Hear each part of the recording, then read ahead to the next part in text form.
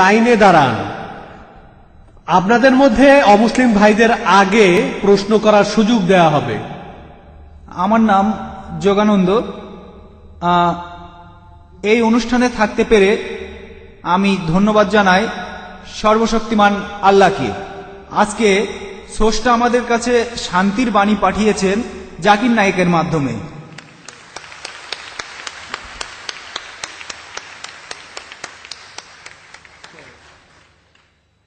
মানব জাতির শান্তি, এছাড়া হিন্দু মুসলমানের শান্তি। তাই আপনাকে অনেক ধন্যবাদ জানাচ্ছি। আপনি অসাধারণ একটা কাজ করেছেন। যেভাবে আপনি বেদ আর অন্যান্য ধর্মগ্রন্থ থেকে উদ্ধৃতি দিলেন, অসাধারণ একটা কাজ করেছেন। তারপরও আমাদের হিন্দুইজমে একটা জিনিস রয়েছে, সেটা হলো সিদ্ধান্ত। আপনি এখানে বেদান্ত নিয়ে কথা বলেছেন। যদি সিদ্ধান্ত পড়েন তাহলে হিন্দুইজম নিয়ে আরো বলতে পারবেন, আর এটা আমাদের মানবজাতির শান্তির জন্য ভালো হবে। আচ্ছা, অনেক ধন্যবাদ, অনেক ধন্যবাদ।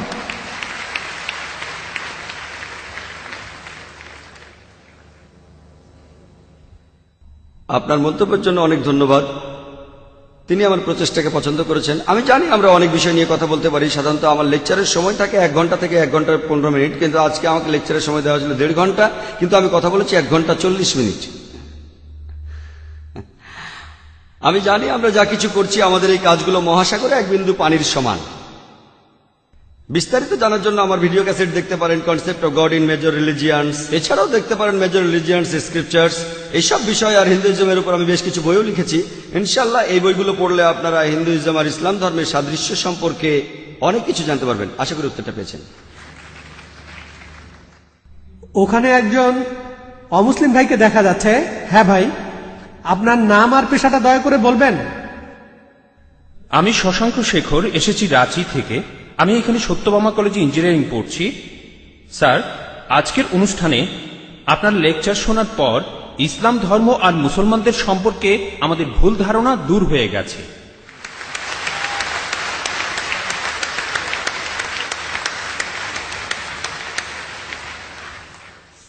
স্যার, আমি জম্মু আর কাশ্মীরে গিয়েছি, সেখানকার ভীতিকর অবস্থা দেখেছি। মানুষ সেখানে কষ্টে আছে মুসলমানদের সেই তথাকথিত জিহাদের কারণে। স্যার, আমার প্রশ্নটা হলো, ইসলাম কি এইসব কাজের অনুমতি দেয়? যদি না দেয় তাহলে এই জিহাদ শব্দটার অর্থ আসলে কি? কারণ পবিত্র কোরআনেই সূরা আরাফের 56 নম্বর আয়াতে বলা হয়েছে, তোমরা বিপর্যয় ঘটিও না। অথবা সূরা শুরার 40 নম্বর আয়াতে বলা হয়েছে যে প্রতিশোধ নেয়ার চাইতে ক্ষমা করা উত্তম।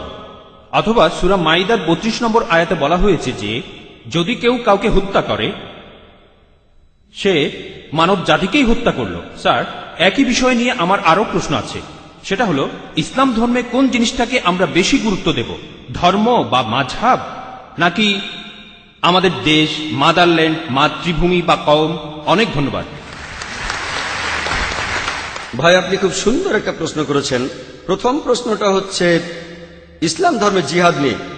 প্রশ্ন করলেন যে কেন মানুষ যুদ্ধ করছে, কাশ্মীরে যা হচ্ছে জিহাদ, এটাকে ইসলাম কি অনুমতি দেয়? জিহাদ শব্দের অর্থ কি? এটা কি কোরআনে সূরা মাইদার 32 নম্বর আয়াতের বিরুদ্ধে যায় না?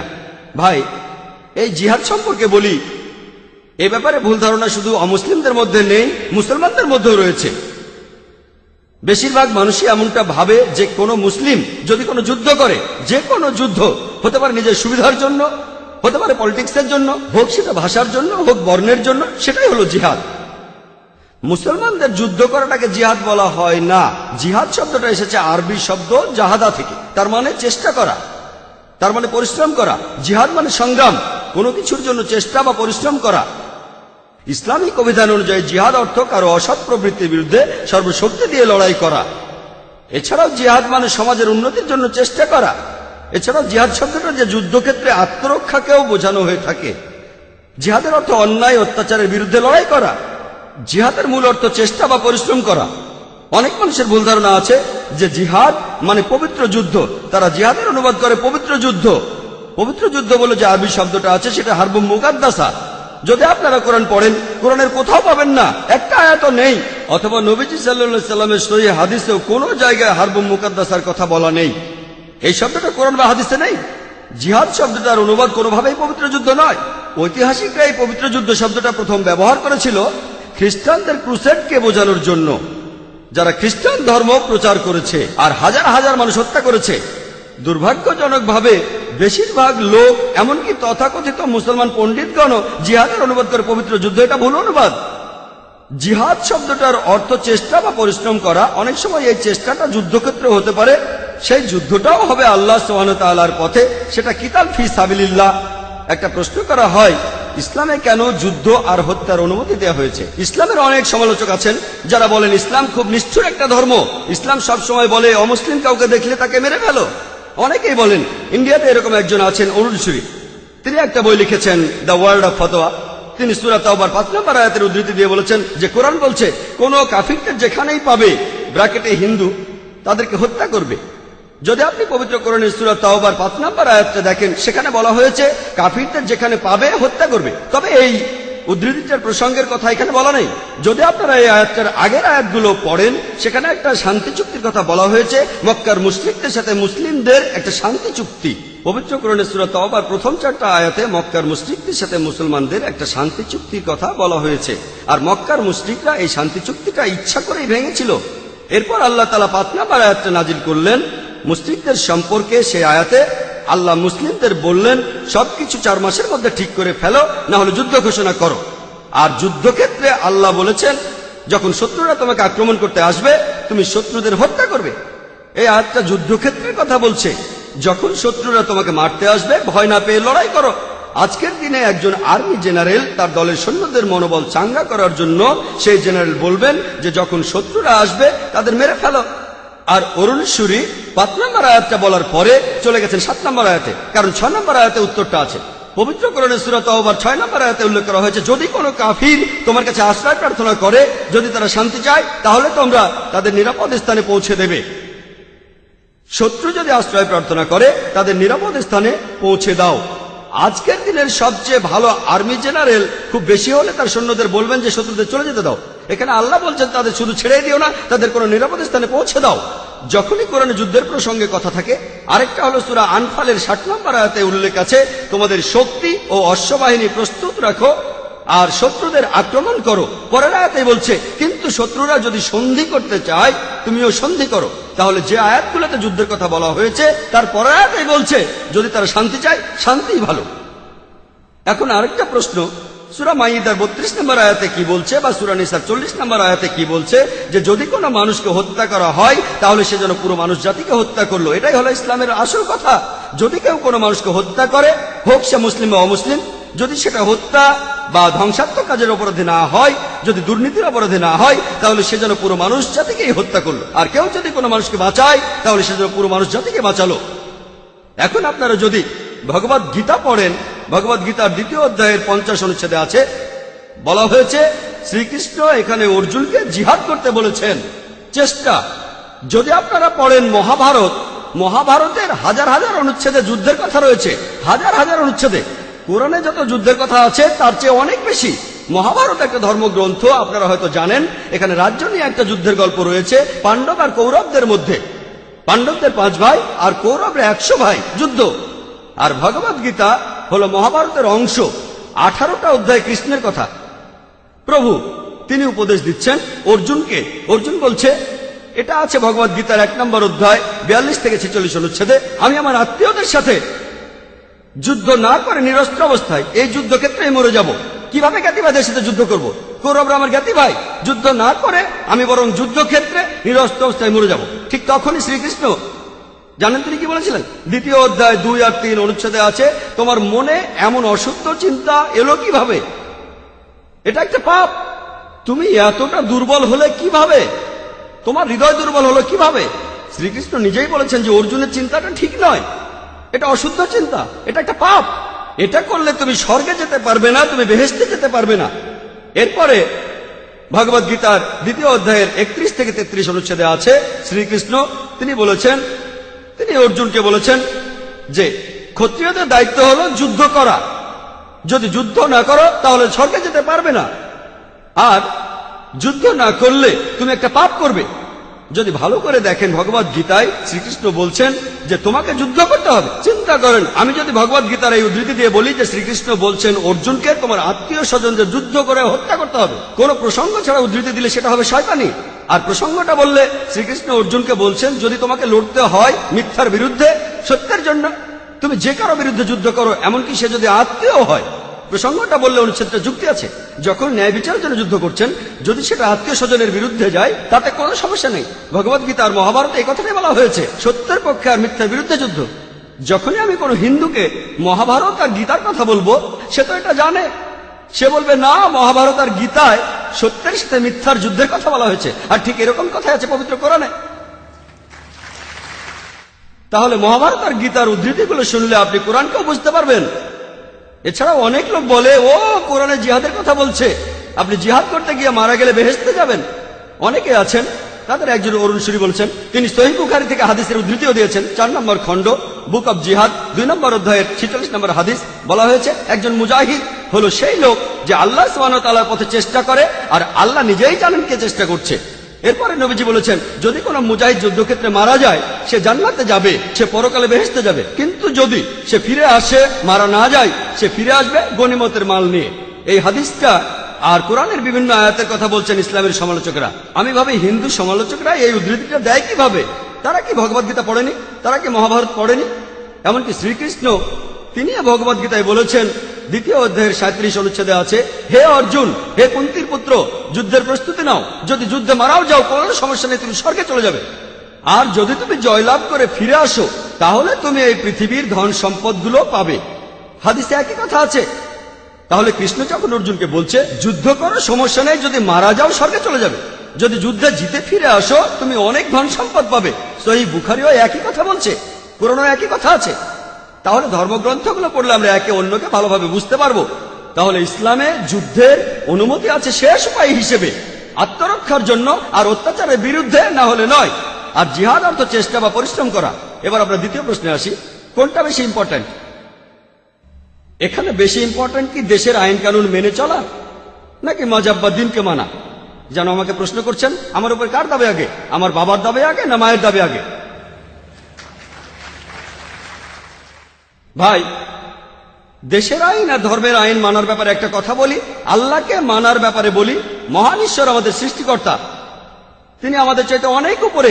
ঈশ্বরের আইন মেনে চলাটা আমাদের কাছে সবচেয়ে ইম্পর্টেন্ট, অন্য যে কোনো আইনের চাইতে। সে আইনটা যেই লিখুক না কেন, যেই লিখুক না কেন। তবে আমি একজন ইন্ডিয়ান, আমি জানি যে ইন্ডিয়ার সংবিধানে এমন কোন আইন নেই যেটা ইন্ডিয়ার কোনো মুসলমানকে তার ধর্ম পালন করতে বাধা দেয়, কোনো বাধা নেই। সত্যি বলতে ইন্ডিয়া এমন একটি দেশ যার সংবিধানে লেখা আছে যে ইন্ডিয়ার নাগরিক, তাদের জন্য এটা জন্মগত অধিকার যে তারা তাদের ধর্ম পালন করতে পারবে। আমিও সে কাজই করছি। ইন্ডিয়ায় এমন একটা আইনও নেই যেটা আমাকে আমার ফরজ পালনে বাধা দেয় আর আমাকে দিয়ে হারাম কাজ করাতে বাধ্য করে, এমন কোনো আইন নেই। আমি 5 ওয়াক্ত নামাজ পড়তে চাইলে পড়বো, না পড়তে চাইলে পড়বো না। ইন্ডিয়ার সংবিধানে এমন একটা আইনও নেই যেটা আমাকে ভালো মুসলিম হতে বাধা দেয়। আমি এখানে আমার কথা বলতে পারি, আমি একজন ভালো মুসলিম আলহামদুলিল্লাহ, আর একজন ভালো ইন্ডিয়ানও।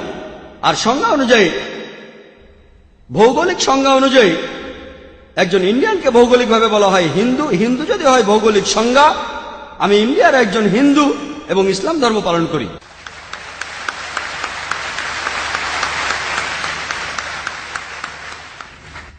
এবারের একজন অমুসলিম বোন এবার প্রশ্ন করবেন। সবাইকে শুভ সন্ধ্যা। আমার নাম আরতি, আমি ইঞ্জিনিয়ারিং এর স্টুডেন্ট। আমি এই কথা মানি যে সব ধর্মই আসলে কিছু বিশ্বাসের সমষ্টি। হিন্দুইজম একটা বিশ্বাস, ইসলাম একটা বিশ্বাস, খ্রিস্টান ধর্ম একটা বিশ্বাস।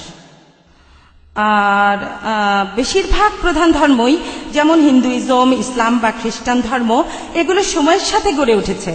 এই ধর্মগুলো অনেক সময় পার করে তারপর এসেছে। এই ধর্মগুলোতে অনেক কিছু যোগ হতে পারে, বাদ যেতে পারে, এতে করে ধর্মটা উন্নত হতে পারে, অথবা এসব যোগ বিয়োগে ধর্মটার অনেক ক্ষতিও হতে পারে। আমার প্রশ্নটা হলো, আমাদের কেন কোরআন বা বেদের মতো কিছু ধর্মগ্রন্থ মেনে চলতে হবে আমরা কেন ধর্মগুলোর ভালো জিনিসটা নিয়ে আর খারাপ জিনিসগুলো বাদ দিয়ে তারপর পালন করি না? কোরআন থেকে ভালো জিনিস নিলাম, বেদ থেকে ভালো জিনিস নিলাম, বাইবেল থেকে ভালো জিনিস নিলাম, তারপর সেগুলো মানতে পারি। আর বেদে যে কথাই থাকুক, কোরআনে যে কথাই থাকুক, আর বাইবেলে যে কথাই থাকুক, আমার মতে পুরুষের একটাই স্ত্রী থাকা উচিত। আর আমি কোনো কিছু এজন্য মানব না যে সেটা কোরআনে লেখা আছে বা বেদে লেখা আছে। আমি আমার যুক্তি আর বুদ্ধি দিয়েই সেটা বিচার করব, আর সব ধর্ম থেকে ভালো জিনিসটাই নেব। আর আজকের এই অনুষ্ঠানে আমরা কেন এই দুইটা ধর্মের সাদৃশ্য আর পার্থক্য নিয়ে আলোচনা করছি? আমরা তো দুইটা ধর্ম থেকে ভালো জিনিসগুলো নিয়ে আমাদের নিজেদের মতো জীবনযাপন করতে পারি। খুব এটাই সুন্দর। আমার প্রশ্ন। বোন, আপনি খুব সুন্দর একটা প্রশ্ন করেছেন, খুবই সুন্দর প্রশ্ন, খুবই প্রাসঙ্গিক প্রশ্ন। আমরা কেন কোনো ধর্ম পালন করব? কেন হিন্দুজম, ইসলাম আর খ্রিস্টান ধর্ম তার চেয়ে সব ভালো জিনিসগুলো জড়ো করি, সেগুলোই মেনে চলি, শেষ। কোনটা ভালো কোনটা খারাপ কে বলবে?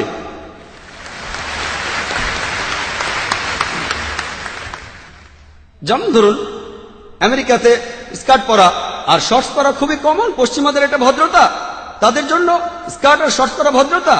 যদি চেন্নাইতে এমন করেন, যদি এখানে স্কার্ট শর্টস পরা কোনো মেয়েকে আপনি দেখেন, তখন বলবেন এটা অভদ্রতা। আপনিও বলবেন বোন, আপনিও বলবেন অভদ্রতা।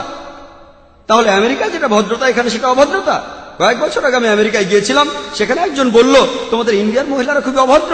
আমি অবাক হয়ে বললাম, কেন ইন্ডিয়ার মহিলারা অভদ্র কেন? কারণ তারা যখন শাড়ি পরে তাদের পেট দেখা যায়। তার মানে আমেরিকায় সে দেশের নিয়মে কোনো মহিলা তার পেট দেখালে সে অভদ্র। তাহলে কে ঠিক করবে? আপনি যদি মুসলিম দেশগুলোতে যান, আরব দেশগুলোতে, কোনো মহিলার দিকে তাকানো, কোনো মহিলার দিকে চোখ ফেরানো অন্যায়, অভদ্রতা। এখানে যদি কোনো মহিলাকে স্পর্শ না করে কথা বলেন, তার দিকে তাকান, সেটা ভদ্রতা। তাই ইন্ডিয়ানরা নমস্তে বলে স্পর্শ ছাড়া। পশ্চিমা দেশগুলোতে হ্যান্ডশেক করাটা খুবই কমন। একজন মহিলা আর একজন পুরুষ হ্যান্ডশেক করছে, সেটাই ভদ্রতা।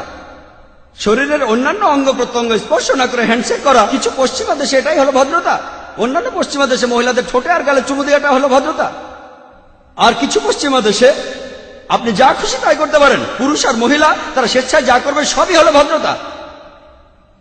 কে ঠিক করবে? ঠিক করবে কে? কে ঠিক করবে? আমেরিকায় অনেকগুলো নুড বিচ রয়েছে। টাইমস অফ ইন্ডিয়া 2 মাস আগে পড়লাম, সমুদ্র ভ্রমণ, নুড ক্রুজ। জাহাজে যারা থাকবে সবাই উলঙ্গ থাকবে, তাদের জন্য এটা ভদ্রতা। কে ঠিক করবে? সবচেয়ে ভালো যিনি বলতে পারেন তিনি সৃষ্টিকর্তা। আমি প্রশ্ন করছি, কোনটা ভালো কোনটা খারাপ কে ঠিক করবে? কে ঠিক করবে? আপনি বললেন সেরা নিয়মগুলোই বাঁচা হবে, আর আমিও আপনার সঙ্গে একমত। আমি আপনার সঙ্গে একমত, সবগুলো ধর্মের ভালো জিনিসগুলো বেছে নেন। আমি সেটাই করেছি। আমি সব ভালো জিনিসগুলো বেছে নিয়েছি বেদের মধ্যে থেকে।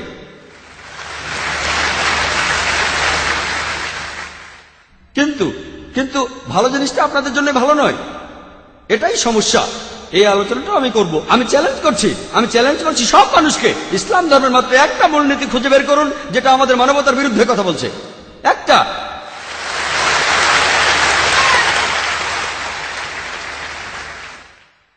আমি চ্যালেঞ্জ করছি, আমি অন্য মুসলমানকে এর মধ্যে টানছি না, আমি শুধু আমার মাথাটা গিলোটিনে রাখছি। আমি সবাইকে চ্যালেঞ্জ করছি, যে কেউ, হ্যাঁ, অনেক অমুসলিম আছেন যাদের কাছে মনে হবে কিছু এক ভুল, যেমন ধরুন এই বোন পুরুষের একাধিক বিয়েতে একমত নন। এরপরও বলবো ইনশাল্লাহ আমার উত্তরটা শুনে আপনিও মানবেন, ইনশাল্লাহ মেনে নেবেন, আপনিও একমত হবেন। যেমন ধরুন আপনি প্রশ্ন করলেন 2 আর 2 যোগ করলে কত হয়, আমি উত্তরটা জানি বলে দিলাম, তারপর আপনি উত্তর শুনে মেনে নেবেন। আমরা এখানে যেটা করব, যেসব ব্যাপারে আপনারা একমত নন, আপনার মাইকের সামনে এসে প্রশ্ন করবেন। আমি আসলে একজন ছাত্র হিসেবে যথাসাধ্য চেষ্টা করবো, আল্লাহ চাইলে উত্তরটা দিতে পারবো। এখন বেদ যে বলছে আপনি একাধিক বিয়ে করতে পারেন, খ্রিস্টানদের বাইবেল বলছে, কোরআনও বলছে। এখন আপনি এইসবের কোনোটাই মানতে চান না, সমস্যা নেই, আসুন আমরা যুক্তির কথা বলি, আমরা যুক্তি দিয়ে দেখি। বোন, আপনি কি জানেন প্রাকৃতিকভাবে ছেলেরা আর মেয়েরা সমান অনুপাতে জন্মায়? প্রাকৃতিকভাবে ছেলেরা আর মেয়েরা সমান অনুপাতে জন্ম নেয়। কিন্তু কোন ডাক্তারের কাছে যান, শিশুদের উপরে ডাক্তার, তিনি বলবেন যে মেয়ে শিশুরা বিভিন্ন জীবাণুর বিরুদ্ধে ছেলে শিশুর চেয়ে ভালোভাবে লড়াই করতে পারে। তাহলে শিশু বয়সে দেখা যায় মেয়ে শিশু যত মারা যায় তার চেয়ে ছেলে শিশু অনেক বেশি মারা যায়। শিশু বয়সে মেয়েদের সংখ্যা ছেলেদের চাইতে বেশি থাকে। তারপর সময় যায়, মানুষ ধূমপানের কারণে মারা যায়, মদ খাওয়ার কারণে মারা যায়, অ্যাক্সিডেন্টে মারা যায়, যুদ্ধে মারা যায়, এখানেও মেয়েদের চাইতে ছেলেরা বেশি মারা যায়। তাই আজকের দিনে পৃথিবীতে পুরুষের চাইতে মহিলার সংখ্যা অনেক বেশি। শুধুমাত্র কয়েকটা দেশে, ইন্ডিয়ার মতো তৃতীয় বিশ্বের কয়েকটা দেশে মেয়েদের সংখ্যা ছেলেদের চাইতে অনেক কম। কারণটা জানেন? কারণ হলো মেয়ে শিশু হত্যা। বিবিসির একটা রিপোর্টে এমিলিও বেকাননের কথা অনুযায়ী তিনি একটা প্রোগ্রামে বেশি বয়সে মৃত্যু নিয়ে বলেছিলেন প্রত্যেক দিন ইন্ডিয়াতে 3000-এরও বেশি মহিলা তাদের গর্ভপাত ঘটায় যখন জানতে পারে গর্ভের শিশুটি মেয়ে। তার মানে প্রতি বছরে ইন্ডিয়াতে 10 লাখেরও বেশি মহিলা গর্ভপাত ঘটায় যখন জানতে পারে গর্ভের শিশুটি মেয়ে। যদি এই অশুভ প্রথাটি বন্ধ করা যায়, আর তামিলনাড়ুর সরকারি হাসপাতালের রিপোর্ট অনুযায়ী আপনাদের এই প্রদেশেই এই রিপোর্ট বলছে প্রতি 10 জন মেয়ে সন্তানের 4 জনকে মারা হয়, এই কাজটাকে সঠিক? এটা ভুল। যদি এই অশুভ প্রথা বন্ধ করেন তাহলে ইন্ডিয়াতেও মেয়েদের সংখ্যা হবে ছেলেদের সংখ্যা চাইতে বেশি। শুধুমাত্র আমেরিকাতেই মেয়েদের সংখ্যা ছেলেদের চাইতে 78 লক্ষ বেশি। শুধু ইংল্যান্ডে ছেলেদের চাইতে মেয়েদের সংখ্যা 40 লক্ষ বেশি। জার্মানিতে মেয়েদের সংখ্যা 50 লক্ষ বেশি। শুধু রাশিয়াতে মেয়েদের সংখ্যা হচ্ছে 90 লক্ষ বেশি। আল্লাহ জানেন পৃথিবীতে মেয়েদের সংখ্যা ছেলেদের চাইতে কতজন বেশি। মনে করুন হাইপোথেটিক্যাল প্রশ্ন, ধরুন আমার বোন সে আমেরিকায় থাকে, অথবা আপনার বোন সে আমেরিকায় থাকে ইউএসএ, আর সেখানকার বিয়ের বাজারে প্রত্যেক পুরুষ একটা করে বিয়ে করেছে, তবুও সেখানে 78 লক্ষ মহিলা থাকবে যারা কোনো জীবন সঙ্গী খুঁজে পাবে না। তাদের জন্য তখন একটা উপায় খোলা থাকে, যেসব মহিলা জীবন সঙ্গী খুঁজে পাবে না তারা হয় কারো দ্বিতীয় স্ত্রী হতে পারে অথবা হতে পারে জনগণের সম্পত্তি। হয়তো বলবেন জনগণের সম্পত্তি, ভাই জাকির এটা খারাপ শব্দ। বোন সবচেয়ে ভদ্র ভাষায় আমি এটাই বলতে পারি, এর চেয়ে ভালো কোনো শব্দ জানা নেই। আমেরিকাতে সে দেশের পরিসংখ্যান আমাদের বলে বিয়ের আগে গড়ে একজন মানুষের 8 জন যৌনসঙ্গী থাকে। রক্ষিত রাখাটা খুবই কমন, যতজন খুশি 10 জন 20 জন 30 জন সমস্যা নেই। 100 জন আইন আপনাকে কিছুই বলবে না। যদি আপনার একাধিক স্ত্রী থাকে এই ব্যাপারটা তারা হজম করতে পারে না। কেন? রক্ষিতা হয়ে মহিলারা কোনো অধিকার পান না, এখানে সেই মহিলাকে অসম্মান করা হয়। ইসলামে আপনার দ্বিতীয় স্ত্রী থাকলেও তার সমান অধিকার, তার সম্মান আছে, সবাই শ্রদ্ধা করে। তবে আমি আপনার সঙ্গে একমত, এ ব্যাপারে একমত যে কোনো মহিলাই স্বাভাবিক পরিস্থিতিতে তার স্বামীকে অন্য মহিলার সাথে ভাগাভাগি করতে চায় না। আমি একমত বোন, আমি আপনার সাথে একমত। কিন্তু ইসলামিক শরিয়ার মূল কথা হলো বড় ক্ষতি ঠেকানোর জন্য ছোট কোনো ক্ষতি হওয়া ভালো। বড় ক্ষতি ঠেকাতে হলে ছোট ক্ষতি হওয়া ভালো। তাহলে মুসলিম উম্মার সব মুসলমান মহিলা জানেন যে অনেক মহিলা অবিবাহিত, যদি তারা অনুমতি না দেয় তাদের স্বামীদের একাধিক বিয়ে করতে, এরা জনগণের সম্পত্তি হবে। তখন তারাই বলবে আমাদের স্বামীদের ভাগাভাগি করব, কিন্তু অন্যান্য বোনদের জনগণের সম্পত্তি হতে দেব না। আশা করি উত্তরটা পেয়েছেন।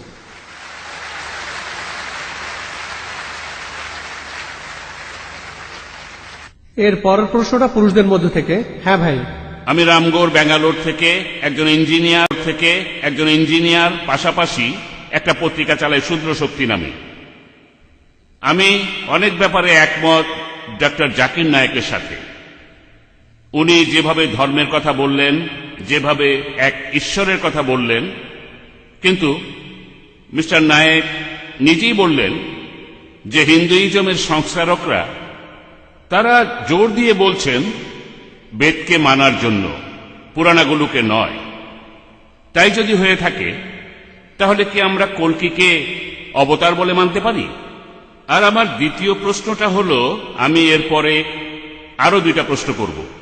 যদি কল্কি পুরাণা আর কল্কি অবতারের ব্যাপারটা ইন্ডিয়ার এই 2টা ধর্মের মধ্যে শান্তি আনতে পারে, ঠিক আছে, তাহলে এটাকে ভালোভাবে মূল্যায়ন করুন আর মানুষজনকে সেই কথাটাই জানান। আরেকটা ব্যাপার হলো, আপনি বললেন হিন্দুইজমে বেদ সবচেয়ে পবিত্র, আর আমার একজন বন্ধু একটা প্রশ্ন করেছে যে বেদ, এই হিন্দু ধর্মগ্রন্থটা হিন্দুদের সবাই পড়তে পারে না। এটা সত্যি কথা। হিন্দুদের মধ্যে 4টা বর্ণ আছে, ব্রাহ্মণরা বাদে অন্য 3 বর্ণের লোকেরা বেদ পড়তে পারে না। ক্ষত্রিয় আর বৈশ্যরা বেদ শুনতে পারে, তবে শূদ্ররা কখনো বেদ পড়তে পারে না, তারা বেদ শুনতেও পারবে না। তাহলে হিন্দুইজম আসলে কি? আমি বলছি এই জন্য। আপনি কি বলবেন? হ্যাঁ অবশ্যই। কি বলবেন যে শূদ্ররাও আসলে হিন্দু? ভাই কিন্তু আপনি বললেন হিন্দু হলো একটা ভৌগোলিক বিশেষত্ব, আর আমিও একমত। ভাই প্লিজ একবারে একটা প্রশ্ন করুন। আগের জন 2টো প্রশ্ন করেছে, আমি একটার উত্তর দিয়েছি, আরেকটা দেইনি। আমি যে উত্তরটা জানতাম না এমন না, প্রথমটার উত্তর দিয়েছি। একবারে একটা প্রশ্ন করুন, পরে আরো প্রশ্ন করুন, কোনো সমস্যা নেই। আমি এখানে আছি, আমার ফ্লাইট ভোর 4:30টায়। ওকে, একবারে একটা প্রশ্ন করুন, আমি উত্তর দেবো। যদি না জানি তাহলে বলবো উত্তরটা জানি না। আগের জন 2টো প্রশ্ন করেছিলেন, প্রথমটার উত্তর দিয়ে যখন বসে পড়লাম তখন আমার মনে হলো ভুলে গেছি আমি একজন মানুষ, কম্পিউটার নই। আচ্ছা আচ্ছা, ঠিক আছে। তাই আমি বসে পড়ার পর মনে পড়লো, ওহো, উত্তরটা দেওয়া হয়নি। এবার আপনার উত্তরটা দেই। আপনি প্রথমে যে প্রশ্নটা করেছেন, হিন্দু সংস্কারকরা বলেন পুরাণাকে মেনে চলো না, শুধু বেদকেই মেনে চলো। তাহলে আমি কল্কি পুরাণের উদ্ধৃতি দিলাম কেন? এগুলো বাদ দিলে তখন কি হবে? ভাই, আমার লেকচারের শেষে আমি পরিষ্কারভাবে বলেছি আমি বেদের উদ্ধৃতি দিয়েছি, অন্যান্য হিন্দু ধর্মগ্রন্থের উদ্ধৃতিও দিয়েছি। এখন যদি বেদকে রেখে অন্য সবগুলো হিন্দু ধর্মগ্রন্থের কথা বাদ দিয়ে দেন, লেকচারটা আমার একই রকম থাকবে। সর্বশেষ আর চূড়ান্ত নবীর কথা শুধু পুরাণাতেই বলা হয়নি, শুধু কল্কি পুরাণ থেকে না, আমি বেদ থেকে অনেকগুলো উদ্ধৃতি দিয়েছি। আপনি হয়তো শোনেননি, আপনি চাইলে আবারও বলতে পারি। কি বলবো? ঋগ্বেদের 1 নম্বর গ্রন্থের 13 অনুচ্ছেদের 3 নম্বর পরিচ্ছেদ, ঋগ্বেদের 1 নম্বর গ্রন্থের 18 অনুচ্ছেদের 9 নম্বর পরিচ্ছেদ, ঋগ্বেদের 1 নম্বর গ্রন্থের 142 অনুচ্ছেদের 3 পরিচ্ছেদ। শুধুমাত্র বেদের মধ্যেই কয়েকশো পরিচ্ছেদে মোহাম্মদ সাল্লাল্লাহু আলাইহি ওয়াসাল্লামের কথা বলা হয়েছে। আমি আমার লেকচারেই বলেছি যদি কল্কি পুরাণ বাদ দেন, কল্কি অবতার বাদ দেন, তারপরেও আপনি পাবেন নরসংসা, আপনি পাবেন কাওরামা, আপনি পাবেন আভান্দু, অথর্ব বেদে আছে, সাম বেদে আছে, ঋগ্বেদে আছে, 4টা বেদে এইসব কথা, 4টাতেই 100% 4টাতেই। এখানে আমি অল্প সময়ে কিছু উদ্ধৃতি দিয়েছি, বুঝতে পারছেন ভাই? যদি কল্কি পুরাণের কথাগুলো বাদ দেন তারপরও শান্তি আসবে, শুধু যদি বেদকে মানেন। আসল কথা হলো تعالوا إلى كلمة سواء بين وبينكم এসো সেই কথা যাহা তোমাদের এবং আমাদের মধ্যে এক। আমি জানি হিন্দুদের অনেকে ভগবত গীতা আর পুরাণাকে শ্রদ্ধা করে, সেজন্য এগুলো উদ্ধৃতি দিয়েছি। যদি ভগবত গীতা আর পুরাণের কথা বাদ দেন তারপরও ঋগ্বেদে জিহাদের কথা আছে, ঋগ্বেদে জিহাদের কথা আছে, আরো অনেক কিছু। তাই শুধু বেদের কথাগুলো নিলে আমার লেকচারের বেশিরভাগই একই রকম থাকবে। আশা করি উত্তরটা পেয়েছেন। এবার আপনার অন্য প্রশ্নটার উত্তর দেই যে হিন্দুজমে কেন বিশেষ কিছু লোক ধর্মগ্রন্থ পড়তে পারে, অন্যরা পারে না। আপনি বললেন ব্রাহ্মণরা বেদ পড়তে পারে, ক্ষত্রিয়রা সেটা শুনতে পারে, কিন্তু শূদ্ররা শুনতে পারে না। এখন শূদ্ররা কি হিন্দু? বেদের কথা অনুযায়ী মহান সৃষ্টিকর্তা, তার মাথা থেকে সৃষ্টি হয়েছে ব্রাহ্মণ অর্থাৎ শিক্ষিত সমাজ, স্রষ্টার বুক থেকে ক্ষত্রিয়রা যোদ্ধা সমাজ, উরু আর পাকস্থলী থেকে সৃষ্টি হয়েছে বৈশ্যরা ব্যবসায়ী সমাজ, স্রষ্টার পা থেকে সৃষ্টি হয়েছে শূদ্ররা। তাহলে এটা একটা বর্ণ প্রথা যেটা আছে হিন্দুইজমে, আর আমি এটা মানি না। এমনকি সংস্কারকরা রাজা রামমোহন রায় তিনিও মানেননি, জাস্টিস রানারে তিনিও মানেননি। আল্লাহ পবিত্র কোরআনে বলছেন, সূরা হুজুরাতে 13 নম্বর আয়াতে উল্লেখ আছে, يا أيها الناس إنا خلقناكم من ذكر وأنثى وجعلناكم شعوبا وقبائل لتعارفوا إن أكرمكم عند الله أتقاكم إن الله عليم خبير। ও মানুষ জাতি, আমি তোমাদের সৃষ্টি করেছি এক পুরুষ ও এক নারী থেকে, পরে তোমাদের বিভক্ত করেছি বিভিন্ন জাতীয় গোত্রে, যাতে তোমরা একে অপরের সাথে পরিচিত হতে পারো। এজন্য নয় যে তোমরা একে অন্যকে ঘৃণা করবে। আর তোমাদের মধ্যে আল্লাহর নিকট সেই ব্যক্তি সবচেয়ে মর্যাদা সম্পন্ন যার রয়েছে তাকওয়া, যেটা দিয়ে বিচার করা হবে। সেটা জাতবর্ণ না, গায়ের রং না, আর লিঙ্গ না, সেটা হলো তাকওয়া, আল্লাহকে মেনে চলা, ন্যায়পরায়ণতা, ধার্মিকতা। আল্লাহ কোরআনে বলছেন সূরা ইসরার 70 নম্বর আয়াতে উল্লেখ করা আছে যে ولقد كرمنا بني آدم। আমি তো সব আদম সন্তানকে মর্যাদা দান করেছি। এখন আপনি হিন্দু পরিবারে বা খ্রিস্টান পরিবারে বা মুসলিম পরিবারে জন্মান, যদি বনি আদম হয়ে থাকেন, যদি মানুষ হয়ে থাকেন, আপনি মর্যাদা পাবেন। ইসলাম ধর্মে পৃথিবীর সব মানুষই সমান। আপনি যে জিনিসটা দিয়ে উপরে উঠতে পারেন সেটা তাকওয়া, আল্লাহকে মেনে চলা, ধার্মিকতা দিয়ে, ন্যায়পরায়ণতা দিয়ে। হিন্দুজমের বর্ণভেদটা আমি মানি না। আমি যেটা বিশ্বাস করি, অনেক পণ্ডিত বলেন এই নিয়মটা বানানো হয়েছে যাতে উঁচু বর্ণের ব্রাহ্মণরা শাসন করতে পারে। এখানে তাদের কথাটা হলো, তুমি শূদ্র, তুমি নিচু বর্ণের শূদ্রের মতোই থাকো। যদি আমার সেবা করো, পরের জীবনে তুমি ভালো মানুষ হবে। তবে এই জীবনে আমার সেবা করো। তাই আমার মতে এগুলো সৃষ্টিকর্তার কথা নয়। আর এজন্যই হিন্দু ধর্মের সংস্কারকরা এই প্রথার বিরুদ্ধে কথা বলেছেন, ব্রাহ্মণদের বিরুদ্ধে বলেছেন, ক্ষত্রিয়দের বিরুদ্ধে বলেছেন। আমার মত অনুযায়ী ভালো করে দেখলে এই বর্ণ প্রথাটা একটা ভুল। আর এই ধর্মগ্রন্থ সবাই পড়তে পারে, হোক সে ধনী বা গরিব, হোক সে ব্যবসায়ী অথবা যোদ্ধা অথবা রাজা, কারণ এই বইটা স্রষ্টার কাছ থেকে এসেছে, মহান সৃষ্টিকর্তা। আর প্রত্যেকেরই জানা উচিত স্রষ্টা আমাদের কি নির্দেশ দিয়েছেন। আশা করি উত্তরটা পেয়েছেন।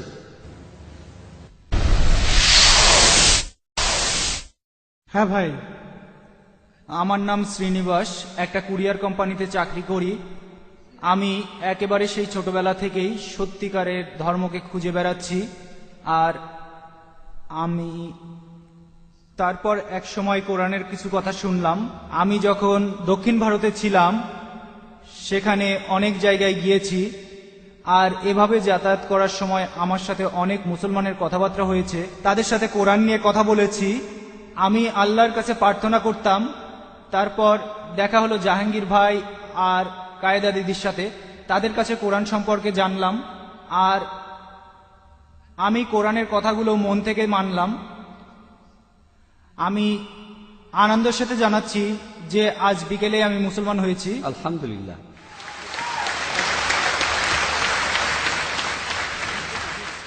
এই অনুষ্ঠানের আগে এই এক্সিবিশন হলে আর আমি আসলে কয়েকটা প্রশ্ন করতে চাই ডাক্তার জাকির নায়েকের কাছে। অবশ্যই।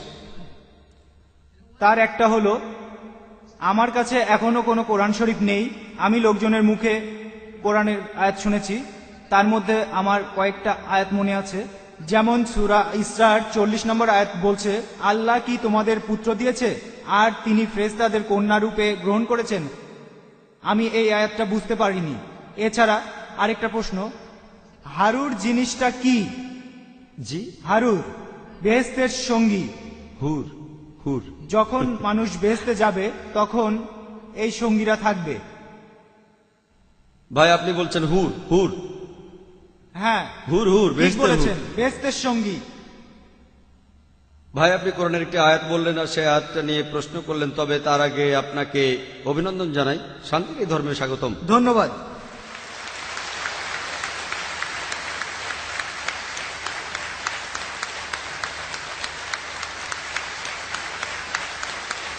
অনুরোধ করব অনুবাদ সহ পবিত্র কোরআনের একটি কপি নিয়ে আসতে। প্লিজ একটা কপি নিয়ে আসুন ইনশাল্লাহ। আর দেখবেন যেন অনুবাদটাও সেখানে থাকে। আমি আপনাকে কোরআনের একটা অনুবাদ দেব যাতে আপনি পড়ে বুঝতে পারেন ইনশাল্লাহ। এবার আপনার প্রশ্নটা, পবিত্র কোরআনের একটি আয়াতে বলা হয়েছে যে তোমরা কি কন্যাদের আল্লাহকে দিচ্ছ আর পুত্ররা তোমাদের। এই আয়াতে যেটা বলা হয়েছে, আর আমার লেকচারও বলেছি, আল্লাহ পবিত্র কোরআনের সূরা ইখলাসের 3 নম্বর আয়াতে বলছেন, লামি আলী দলামি উল্লাদ, তিনি জন্মাননি, জন্ম দেননি, মহান সৃষ্টিকর্তা, তার কোনো সন্তান নেই। এখানে তর্কের খাতিরে বলা হচ্ছে যে তোমরা আল্লাহকে শুধু সন্তানই দিচ্ছ না, তাকে কন্যা সন্তান দিচ্ছ আর পুত্ররা তোমাদের। এটা একটা রূপক প্রশ্ন। আল্লাহকে কোনো সন্তান দেওয়াটাই ভুল। আর শুধু সন্তানই দিচ্ছ না, তাকে কন্যা সন্তান দিচ্ছ আর পুত্ররা তোমাদের। এটার অর্থ তোমরা আল্লাহকে ছোট করছো, কারণ সে সময় মানুষের সমাজে পুত্র সন্তানকে অনেক সম্মান দেওয়া হতো। তাহলে আল্লাহকে ছোট করছে কেন? আল্লাহ পবিত্র কোরআনে বলছেন, সূরা মারিয়ামের 88 নম্বর আয়াতে আছে, وقالوا اتخذ الرحمن ولدا তারা বলে আল্লাহ সন্তান গ্রহণ করেছেন। لقد جئتم شيئا إدا তোমরা তো এক বিভৎস বিষয়ের অবতারণা করছো, تكاد السماوات يتفطرن منه যাতে আকাশ মণ্ডলে বিদীর্ণ হয়ে যাবে, وتنشق الأرض পৃথিবী খণ্ড বিখণ্ড হবে, خير الجبال هدا আর পর্বতমালা চূর্ণ বিচূর্ণ হয়ে পতিত হবে। আল্লাহ বলছেন, যদি আকাশের কোনো অনুভূতি থাকতো আর তারা যদি শুনতে পেত যে আল্লাহর সন্তান আছে, তাহলে আকাশ ফেটে যেত। পাহাড় পর্বতের অনুভূতি থাকলে তারা চূর্ণ বিচূর্ণ হয়ে পতিত হতো, পৃথিবী খণ্ড বিখণ্ড হয়ে যেত। যদি বলা হয় আল্লাহর সন্তান আছে, সেটা সবচেয়ে বড় বিকৃতি। তাই আল্লাহ সুবহানাহু ওয়া তাআলা এইসব আয়াতগুলো বলেছেন রূপক হিসেবে। আল্লাহ আরো বলেছেন, তাদেরকে বলো যদি আল্লাহর সন্তান থাকতো তাহলে আমি প্রথম তাকে সিজদা করতাম। রূপক, এটা আসলে রূপক। আল্লাহর যদি সন্তান থাকতো তাহলে আমি তাকে প্রথম সিজদা করতাম। তার মানে আল্লাহর কোনো সন্তান নেই। এইরকম কিছু রূপক পবিত্র কোরআনে আছে যে তোমরা কন্যা সন্তানদের দিচ্ছ আল্লাহকে আর পুত্র সন্তানরা তোমাদের। এই আয়াত দিয়ে বোঝানো হচ্ছে আল্লাহর কোনো সন্তান নেই, তিনি কখনো জন্মাননি, কাউকে জন্ম দেননি। এবার দ্বিতীয় প্রশ্নে আসি, বেহেশতের সঙ্গীদের ব্যাপারে। আপনি হুরের কথা বললেন। আল্লাহ বেশ কয়েকবার হুরের কথা বলেছেন কোরআনের 4টি আয়াতে। সূরা তুরের 20 নম্বর আয়াতে, সূরা দুখানের 54 নম্বর আয়াতে, সূরা রহমানের 72 নম্বর আয়াতে আর সূরা ওয়াকিয়ার 22 নম্বর আয়াতে 4 বার বলা হয়েছে হুর, কোরআনে উল্লেখ করা হয়েছে। এখানে বলা হচ্ছে সঙ্গীদের কথা, মানে বেহেশতের সঙ্গী। ইহকালের এই জীবনটা আসলে পরীক্ষা, পরকালে যদি বেহেশতে যান সেখানকার সঙ্গী। বলা আছে তাদের চোখগুলো খুব সুন্দর হবে, তারা হবে মহিলা। একজন প্রশ্ন করেছিল যে বেহেশতে, আপনি যদি বেহেশতে যান, পুরুষরা যদি সুন্দরী মেয়েদের পায় তাহলে মহিলারা সেখানে কি পাবে? বেহেশতে গেলে পুরুষরা সুন্দর সুন্দর মেয়েদের পাবে, তাহলে মহিলারা সেখানে কি পাবে? এই প্রশ্নটা একবার আয়েশা রাদিয়াল্লাহু তাআলা আনহাকে করা হয়েছিল। মহিলারা সেটাই পাবে, তাদের হৃদয় যেটা আশা করেনি, তাদের চোখ যেটা দেখেনি, তাদের কান যেটা শোনেনি। এই হলো জান্নাতের বর্ণনা। তাহলে মহিলারা বেহেশতে সেটাই পাবে, তাদের হৃদয় যেটা কখনো আশা করেনি, তাদের চোখ যেটা দেখেনি, তাদের কান যেটা শোনেনি। এই হলো জান্নাতের বর্ণনা। এখানে সংক্ষেপে বলা হচ্ছে যে বেহেশতে কি হবে, সেখানে দুধ আর মধুর নদী থাকবে। আপনি ধনী লোক হলে এই পৃথিবীতে দুধের নদী বানাতে পারেন, কিন্তু সেই দুধ আমাদের পরিচিত দুধের চেয়ে আলাদা হবে। বেহেশতের ফল পরিচিত ফলের চেয়ে আলাদা হবে। বেহেশতের হুর আমাদের চেনা জানা মেয়েদের চেয়ে আলাদা হবে। তাদের সাথে মিস ওয়ার্ল্ড বা মিস ইউনিভার্সকে তুলনাই করা যাবে না, তারা অনেক উঁচু স্তরে।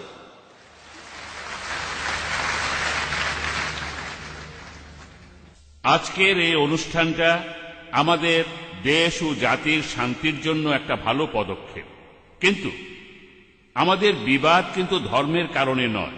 আশা করি বুঝেছেন। আমাদের মধ্যকার বিবাদটা ধর্মের কারণে নয়, ঈশ্বরের কারণে নয়, ধর্মগ্রন্থের কারণে নয়। এই বিবাদের মূল কারণ নিজেদের স্বার্থ। পলিটিশিয়ানরা আর বিশেষ কিছু লোক তারা ভাবে যে তারাই সবার উপরে আর তারাই দেশটাকে নিয়ন্ত্রণ করবে। এটা তাদের বানানো। আর ধর্মের নাম করে তারা লড়াই করছে। এই লড়াইটা ঈশ্বরের নামে নয়। আমরা জানি ঈশ্বর এমনটা নন। আমরা সবাই উপাসনা করি এক ঈশ্বর কি। এখানে যে কারণে এই বিবাদটা হচ্ছে ধর্মের নাম, একটা বর্ণ, বিশেষ একটা বর্ণ তারা নিজেদের বড় মনে করে, তারাই এসব করছে। ভাই, আপনি বললেন যে ধর্ম বিভেদ সৃষ্টি করে না, পলিটিশিয়ানরা এগুলো করছে। আমার লেকচারও সেটা আমি বলেছি। আমার কথা শেষ করার আগে আমি বলেছিলাম যে ব্রিটিশদের শাসননীতি ছিল ডিভাইড অ্যান্ড রুল। দুর্ভাগ্যজনকভাবে বেশিরভাগ পলিটিশিয়ানরা এই নীতিটাই মেনে চলেন। এই নীতি দিয়ে তারা ভোট ব্যাংক সমৃদ্ধ করে থাকে। আমি আগেই বলেছিলাম, যদি সমস্ত ইন্ডিয়ান হিন্দু আর মুসলমানরা আপনাদের ধর্মগ্রন্থগুলো পড়েন, এই লোকগুলো হলো খুতুওয়াতুশ শয়তান। পবিত্র কোরআনে সূরা বাকারার 168 নম্বর আয়াতে উল্লেখ আছে, ইয়া আইয়ুহাল্লাযিনা আমানু, হে মানুষ জাতি, তোমরা খুতুওয়াতুশ শয়তানকে অনুসরণ করো না, শয়তানের পদচিহ্ন। এই পলিটিশিয়ানরা আমাদের প্রভাবিত করে ফেলে, তাই আমাদের ধর্মগ্রন্থ পড়া উচিত আর ধর্মগ্রন্থের প্রতিষ্ঠিত সত্যগুলো মানা উচিত। তাহলে ইনশাআল্লাহ আমরা আর বিচ্ছিন্ন হয়ে থাকবো না, একসাথেই থাকবো। আমি পলিটিশিয়ানদের অনুরোধ করছি, আপনারা যদি ভোট ব্যাংক বাড়াতে চান, ধর্মগ্রন্থের সত্যগুলো ব্যবহার করুন। আপনাদের ভোট ব্যাংক আরো বেড়ে যাবে। এই পৃথিবীতে আপনি কোনো সিট পাবেন কিনা জানি না, তবে আখিরাতে একটা সিট অবশ্যই পাবেন ইনশাআল্লাহ, পরকালের জীবনে। এবারের প্রশ্নটাও পুরুষদের মধ্য থেকে। আমি পবন কুমার শর্মা, একজন মেকানিক্যাল ইঞ্জিনিয়ার, হরিয়ানায় থাকি। আমি অন্য একটা লেকচারে পবিত্র কোরআনের কিছু আয়াতের কথা শুনেছি।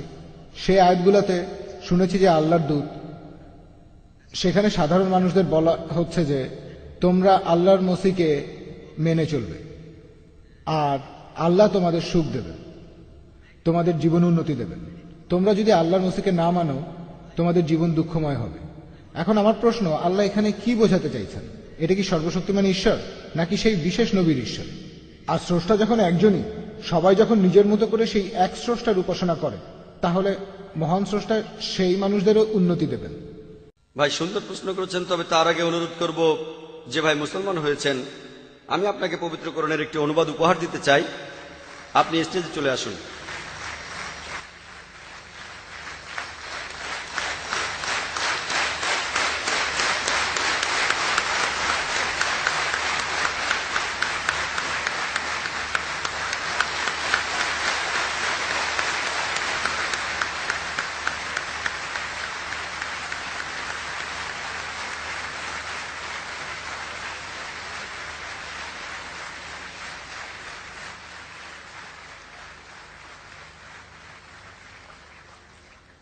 প্রশ্ন করলেন যে তিনি কোরআনের একটি আয়াতে পড়েছেন যে আপনি যদি সর্বশক্তিমান ঈশ্বরকে মেনে চলেন তাহলে সঠিক পথে থাকবেন, তা না হলে আপনি বিপথে চলে যাবেন। এখানে আল্লাহ কি সেই বিশেষ নবীর কথা বলছেন, নাকি আলাদা আলাদা নবী আর আল্লাহ?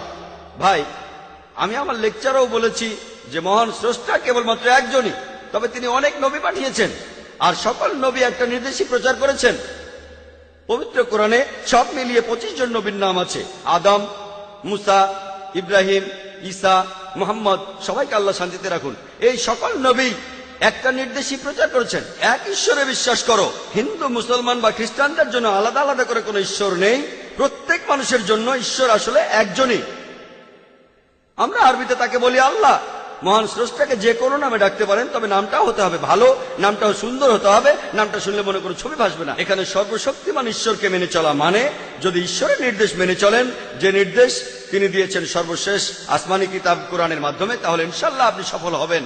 আমি আগেও বলেছি এই জীবন আসলে পরকালের জন্য পরীক্ষা। তাহলে সকল নবী, ধরুন তিনি আদম অথবা নূহ অথবা ধরুন ইব্রাহিম অথবা তিনি মুসা অথবা ধরুন ঈসা অথবা মুহাম্মদ, তারা সবাই শান্তিতে থাকুন। এই সকল নবী তারা সকলে এক ঈশ্বরের কথা বলেছেন। তারা মানুষকে উপাসনা করতে বলেছেন একজন ঈশ্বরকেই, আলাদা কোন ঈশ্বরকে নয়। সেখানে কি হয়েছে?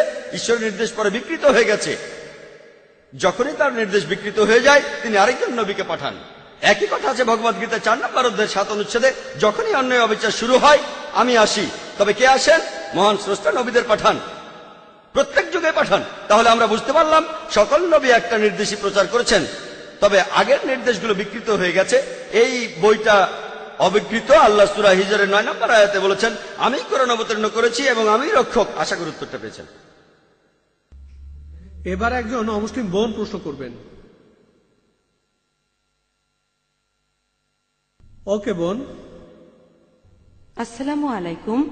প্রশ্নটা একজন অমুসলিম বোনের, যিনি সামনাসামনি আসতে চান না। তার প্রশ্নটা হলো, হিন্দু আর মুসলমানদের উপাসনার নিয়মের মধ্যে কোন কোন ব্যাপারে মিল রয়েছে? যেমন হিন্দুরা তিরুপতিতে গেলে মাথা কামিয়ে ফেলে, মুসলমানরাও হজের সময় মাথা কামায়। এছাড়া হিন্দুরা তাদের মন্দির প্রদক্ষিণ করে, মুসলমানরাও সেটা করে তাওয়াফের সময়।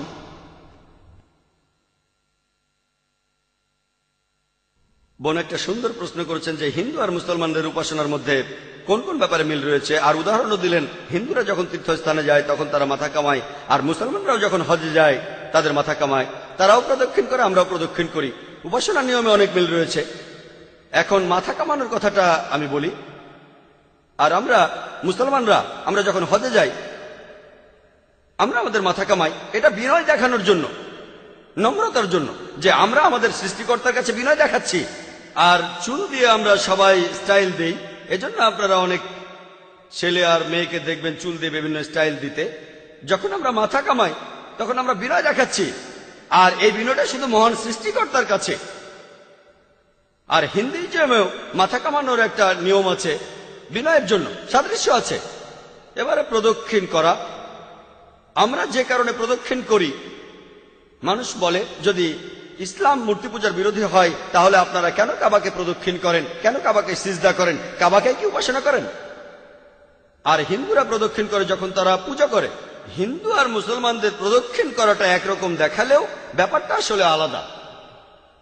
আমাদের নামাজের সময় কাবার দিকে সিজদা করি, এটা হলো একটা দিক নির্দেশ, আমাদের কিবলা। কাবা হলো কিবলা। আমরা নামাজ পড়ার সময় কাবার দিকে ফিরে নামাজ পড়ি। এখন যদি এখানে নামাজ পড়তে চান, কেউ বলবে উত্তর দিকে, কেউ বলবে দক্ষিণ, কেউ পূর্ব, আর কেউ পশ্চিম। আমরা একতার জন্য সবাই একদিকে ফিরে নামাজ পড়ি। তাহলে যারা পশ্চিমে থাকে তারা পূর্ব দিকে, পূর্বের লোক পশ্চিমে, উত্তরের লোক দক্ষিণে, আর দক্ষিণের লোক উত্তরে ফিরে দাঁড়ায়।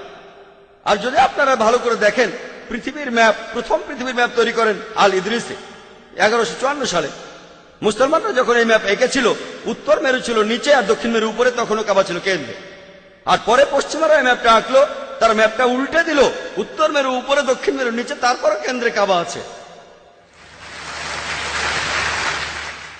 আমরা কেন কাবার চারপাশে প্রদক্ষিণ করি? কারণ আল্লাহ বলেছেন আর নবীজি বলে গিয়েছেন। আমার নিজের যুক্তিতে যেটা মনে হয়, প্রত্যেক বৃত্তের একটা কেন্দ্র থাকে। আর যখন আমরা কাবার চারপাশে প্রদক্ষিণ করি, আমরা সাক্ষ্য দেই যে মহান স্রষ্টা কেবলমাত্র একজনই। কিন্তু যদি অনেক দেবতা বিশ্বাস করে কাবার চারপাশে প্রদক্ষিণ করেন, আপনি ভুল করবেন। আর উপাসনা, হযরত ওমর রাদিয়াল্লাহু তাআলা আনহু বলেছেন, যেটার উল্লেখ আছে সহিহ বুখারী 2য় খণ্ডে বুক অফ হাজে। তিনি বলেছেন যে আমি এই কালো পাথরে চুমু দিচ্ছি, এই কালো পাথর আমার কোনো উপকার করতে পারে না, কোনো ক্ষতি করতে পারে না। আমি চুমু দিচ্ছি কারণ আমার নবীজি চুমু দিয়েছেন। ওমর রাদিয়াল্লাহু তাআলা আনহুর এই কথাটা প্রমাণ হয় কোন মুসলমানই কাবাকে পুজো করে না। আর এছাড়াও আরেকটা কথা বলি, আমাদের নবীজির সময়কালে তাঁর সাহাবারা কাবার উপর দাঁড়িয়ে তারপর আজান দিতেন। কোন মূর্তি পূজারী যে মূর্তিকে পুজো করে তার উপর দাঁড়াবে না। এতেই প্রমাণিত হয় যে মুসলমানরা কাবাকে পুজো করে না। কাবা আমাদের দিক, এটা আমাদের কিবলা। অন্যান্য সাদৃশ্য নিয়ে কথা বলি বোন, আরো কিছু মিল রয়েছে।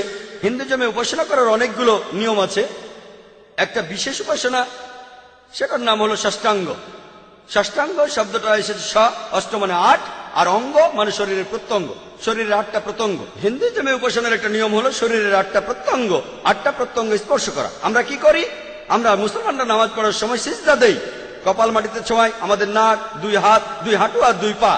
ষষ্ঠাঙ্গ, শরীরের 8টা প্রত্যঙ্গ, কপাল, নাক, 2 হাত, 2 হাঁটু, 2 পা। আর সিজদা হলো নামাজের সবচেয়ে শ্রেষ্ঠ অংশ। কোরআনে বিভিন্ন আয়াতে এটার উল্লেখ করা হয়েছে। এছাড়াও মক্কার ব্যাপারে একটা কথা বলি। মক্কার কথাটা হিন্দু ধর্মগ্রন্থে উল্লেখ করা হয়েছে। হিন্দুজমে মক্কা শহরটাকে বলা হয়েছে ইলাস্পদ। ইলা শব্দটার অর্থ ঈশ্বর, স্পদ অর্থ জায়গা। তাহলে ইলাস্পদ মানে হলো একটা তীর্থস্থান যেখানে ধার্মিকরা ভ্রমণ করে। আর ঋগ্বেদে বলা হয়েছে 3 নম্বর গ্রন্থে 29 অনুচ্ছেদে 4 পরিচ্ছেদে, ইলাসপদ, সংস্কৃত ডিকশনারিতে ইলাসপদ মানে ঈশ্বরের স্থান, ঈশ্বরের গৃহ। এটা হলো একটা তীর্থস্থান, তীর্থযাত্রার স্থান।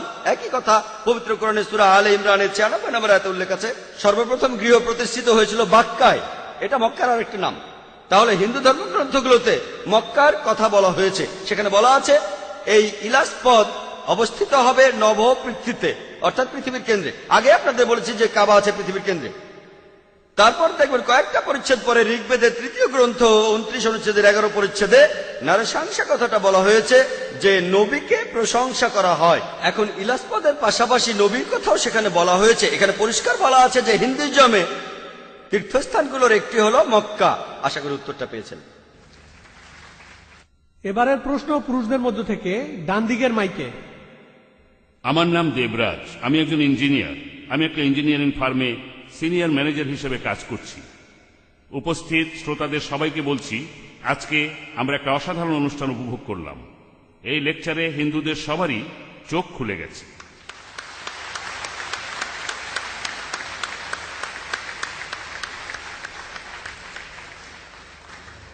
আর আমি সত্যি মুগ্ধ হয়েছি, অবাক হয়েছি যেভাবে ডক্টর জাকির নায়েক বেদ আর উপনিষদ থেকে বিভিন্ন উদ্ধৃতি দিলেন।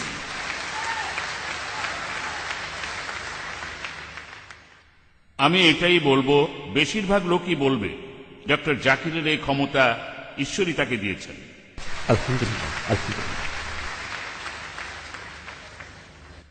আজকে একটা ব্যাপার খেয়াল করলাম, ইসলাম ধর্মে স্পষ্ট করে বলা আছে মানুষের আসলে কি করা উচিত। হিন্দুইজমে এটা পরিষ্কার না, কথাগুলো আছে কিন্তু পরিষ্কার না। অনেকের মধ্যেই ভুল ধারণাগুলো আছে, অনেক ধরনের ধারণা, মতবাদ, বিশ্বাস সেখানে আছে। কথাগুলো কিন্তু আছে, একটু অন্যভাবে বলা আছে। আমি আপনাদের কাছে অনুরোধ করব যে হিন্দু পণ্ডিতদের আমন্ত্রণ করেন আর তারপর একটা বিতর্কের আয়োজন করেন, যাতে করে সবাই সত্যটা জানতে পারে।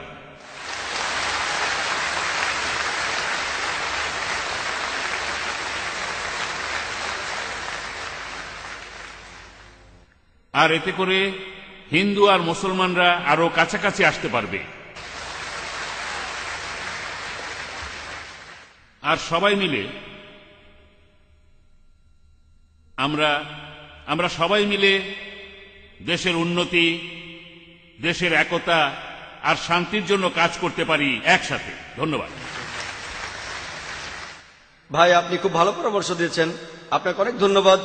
আমি আপনার সাথে একমত যে এই আলোচনায় অনেক হিন্দুর চোখ খুলবে, এমনকি মুসলমানদেরও চোখ খুলবে। এই আলোচনাতে মুসলমানদেরও চোখ খুলবে, আমি শিওর। আপনারা কি বলেন? আর ভাই খুব ভালো পরামর্শ দিলেন যে হিন্দু ধর্মের পণ্ডিতদের ডেকে আমরা বিতর্ক করতে পারি। আমি বলবো মত বিনিময়। এ কথাটা পবিত্র কোরআনেও আছে। লেকচারের শুরুতে বলেছিলাম সূরা আল ইমরানের 64 নম্বর আয়াতে বলা হয়েছে, تعالوا إلى كلمة سواء بين بينكم। এসো সেই কথা যাহা তোমাদের এবং আমাদের মধ্যে এক। আমিও সেই কাজটাই করছি। আমি ইন্ডিয়ার বিভিন্ন প্রান্তে যাচ্ছি, পৃথিবীর বিভিন্ন প্রান্তে যাচ্ছি, মত বিনিময় করছি বিভিন্ন ধর্মের পণ্ডিত, খ্রিস্টান ধর্ম, হিন্দুইজম। আমি শুধু একজন ছাত্র, আমি কোনো পণ্ডিত নই, সামান্য একজন ছাত্র বিভিন্ন ধর্মের উপর। আমি কেরালা আর বোম্বেতে হিন্দু পুরোহিতদের সাথে মত বিনিময় করেছি। এমনই একটা বিতর্কের জন্য কয়েক মাস পরে আমি ব্যাঙ্গালোর যাব ইনশাআল্লাহ। তিনি শ্রী শ্রী রবিশঙ্কর, তিনি আমাকে সেখানে আমন্ত্রণ জানিয়েছেন। আমি শ্রী শ্রী রবিশঙ্করের নাম অনেক শুনেছি। তিনি খুব বিখ্যাত মানুষ, পৃথিবীর 40টা দেশে তার আশ্রম রয়েছে, আর্ট অফ লিভিং। আর এই মাদ্রাজে আপনারা যদি কেউ আয়োজন করতে পারেন, মাদ্রাজের কোনো হিন্দু পুরোহিত থাকলে আমি তার সঙ্গে কথা বলে আনন্দিত হব, মত বিনিময় করব। এর আগের বার মাদ্রাজে আমি কাশীর শঙ্করাচার্যের সঙ্গে কথা বলেছিলাম। গতবার যখন এসেছিলাম কয়েক মাস আগে, আমরা সেখানে কথা বলেছিলাম বাবরি মসজিদের উপর বিভিন্ন বিষয় নিয়ে। আমি সেখানে কিছু উত্তর দিয়েছিলাম তার প্রশ্নের। এখানে কোনো সমস্যা নেই, আমিও পছন্দ করি সেটা। আমরা এখানে এসেছি সাদৃশ্যগুলো দেখতে। আপনারা যদি কেউ আয়োজন করতে পারেন, মুসলিম বা অমুসলিম ভাই যেই হোক না কেন, আপনারা আয়োজন করুন যাতে আমরা মত বিনিময় করতে পারি। তবে এমন কাউকে আনুন যিনি জ্ঞানী, মানে যিনি ধর্মগ্রন্থ সম্পর্কে জানেন, যেমন শঙ্করাচার্য প্রধান পুরোহিত, যাতে করে আমরা আমাদের মিলগুলো দেখতে পারি আর সবাই মিলে এই জাতিটাকে গড়ে তুলতে পারি।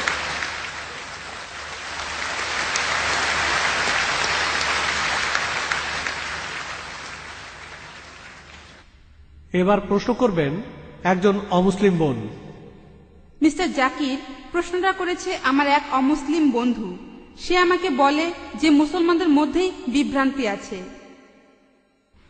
মুসলমানরা নিজেরাই এক অন্যকে প্রশ্ন করে যে আপনি কি ওয়াহাবি নাকি আপনি একজন সুন্নি। তার মতে মুসলমানদের বিভ্রান্তির মধ্যে রয়েছে। এখন এই ব্যাপারে আপনি কি বলবেন?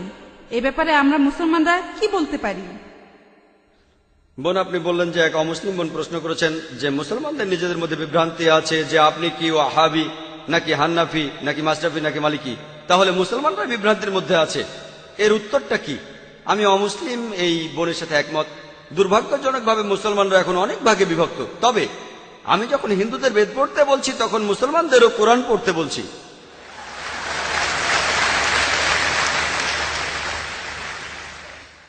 আল্লাহ পবিত্র কোরআনে বলেছেন, সূরা আল ইমরানের 103 নম্বর আয়াতে আল্লাহ তাআলা বলেছেন, ওয়াতাসিমু বিহাবলিল্লাহি জামিআ ওয়া লা তাফাররাকু। আল্লাহর রজ্জু শক্ত করে ধরো আর বিচ্ছিন্ন হয়েও না। আমরা আল্লাহর রশি ধরবো, আর সেই রশি হলো পবিত্র কোরআন আর সহিহ হাদিস। আল্লাহ কোরআনে বলছেন, সূরা আল আনামের 159 নম্বর আয়াতে উল্লেখ আছে, যারা দিন সম্বন্ধে নানা মতে সৃষ্টি করেছে, হে রাসূল, তাদের দায়িত্ব তোমার নয়। ইসলাম ধর্মে বিভিন্ন দল আর মত তৈরি করা এটা নিষিদ্ধ, এটা হারাম। কিন্তু যদি মুসলমানদের বলি আপনি কি, কেউ বলে আমি হানাফি, কেউ বলে মাশরাফি, কেউ বলে হামলি, কেউ বলে ওয়াহাবি। নবীজি কি ছিলেন? তিনি কি হানাফি?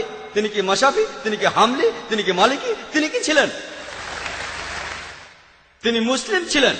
পবিত্র কোরআনে সূরা আল ইমরানের 52 নম্বর আয়াতে উল্লেখ করা আছে, ঈসা আলাইহিস সালাম, যীশু খ্রিস্ট, তিনি মুসলমান ছিলেন। পবিত্র কোরআনে সূরা আল ইমরানের 67 নম্বর আয়াতে উল্লেখ আছে যে ইব্রাহিম আলাইহিস সালাম, তিনিও মুসলিম ছিলেন। পবিত্র কোরআনে সূরা ফুসিলাতে 33 নম্বর আয়াতে উল্লেখ করা আছে, ওয়ামান আহসানু ক্বালাম মিম্মান দা ইলাল্লাহি ওয়া আমিলা সালিহান ক্বালা ইন্নানি মিনাল মুসলিমিন। সেই ব্যক্তির চেয়ে কে উত্তম যে মানুষকে আহ্বান করে আল্লাহর পথে, সৎকর্ম করে আর বলে আমি মুসলমান। আমাদের নবী মুহাম্মদ সাল্লাল্লাহু আলাইহি ওয়াসাল্লাম মুসলমান ছিলেন। আল্লাহই বলেছেন আমরা হব মুসলমান। মুসলমানের চেয়ে ভালো কোনো বিশেষণ নেই। আর চারজন বিখ্যাত ইমামের সবাই, ইমাম আবু হানিফা, ইমাম মাশরাফি, ইমাম আহমদ ইবনে হাম্বল, ইমাম মালিক, আল্লাহ সবাইকে শান্তিতে রাখুন, তারা বিখ্যাত পণ্ডিত। আমি তাদের সবাইকে শ্রদ্ধা করি, পছন্দ করি। তারা বিখ্যাত পণ্ডিত। আর এই পণ্ডিতদের সবাই বলেছেন, এই চারজন ইমাম বলেছেন, যদি আমার কোনো ফতোয়া আল্লাহ ও রাসূলের বিরুদ্ধে যায় তাহলে তোমরা আমার ফতোয়া ছুঁড়ে ফেলে দাও।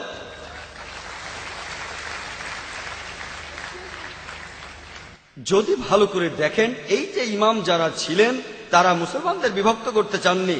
তারা চেয়েছিলেন মানুষ যেন মূল ধর্মগ্রন্থগুলো পড়ে, কোরআন আর সহিহ হাদিস। তাই আমাদের এখন যা করতে হবে, আমি জানি যে লোকজন বলে একটা হাদিসে আছে মুসলিমরা 73টি ভাগে বিভক্ত হবে। এটা আছে তিরমিজিতে, সহিহ হাদিস 171 নম্বর হাদিস।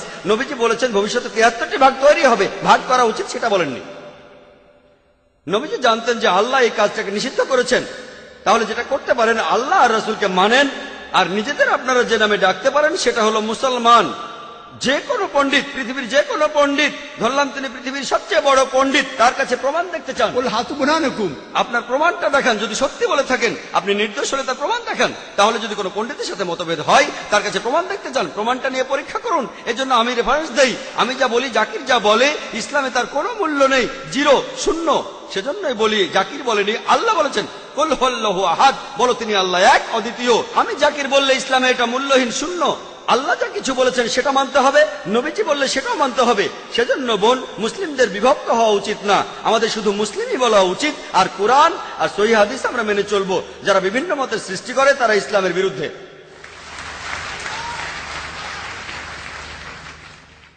হ্যাঁ ভাই, প্রশ্নটা করুন। ডক্টর মহাদেব, আমি প্রাইভেট প্র্যাকটিস করি। গত পরশুদিন আমি আব্দুর রহিম গ্রিনের লেকচার শুনতে গিয়েছিলাম। তাকে একটা প্রশ্ন করেছিল একজন মেডিকেল স্টুডেন্ট।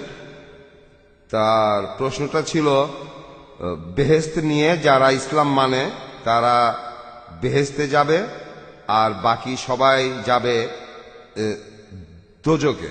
এটা কি বিস্তারিত বলবেন? ধন্যবাদ। ভাই, আপনি প্রশ্ন করলেন যারা ইসলাম মানে তারা বেহেশতে যাবে আর যারা ইসলাম মানে না তারা দোজখে যাবে। তার মানে কি মুসলমানরা সবাই বেহেশতে যাবে আর অমুসলিমরা দোজখে যাবে?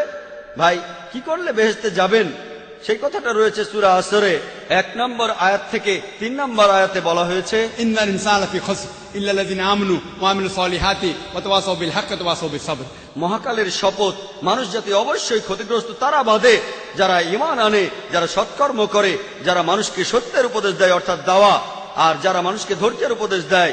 কোন মানুষ বেহেশতে যেতে চাইলে তার 4টা জিনিস লাগবে: ঈমান, বিশ্বাস, ইসলামের স্তম্ভগুলির মধ্যে একটা, সৎ পথে কাজ, মানুষকে সত্যের উপদেশ দেয়া আর মানুষকে ধৈর্যের উপদেশ দেয়া।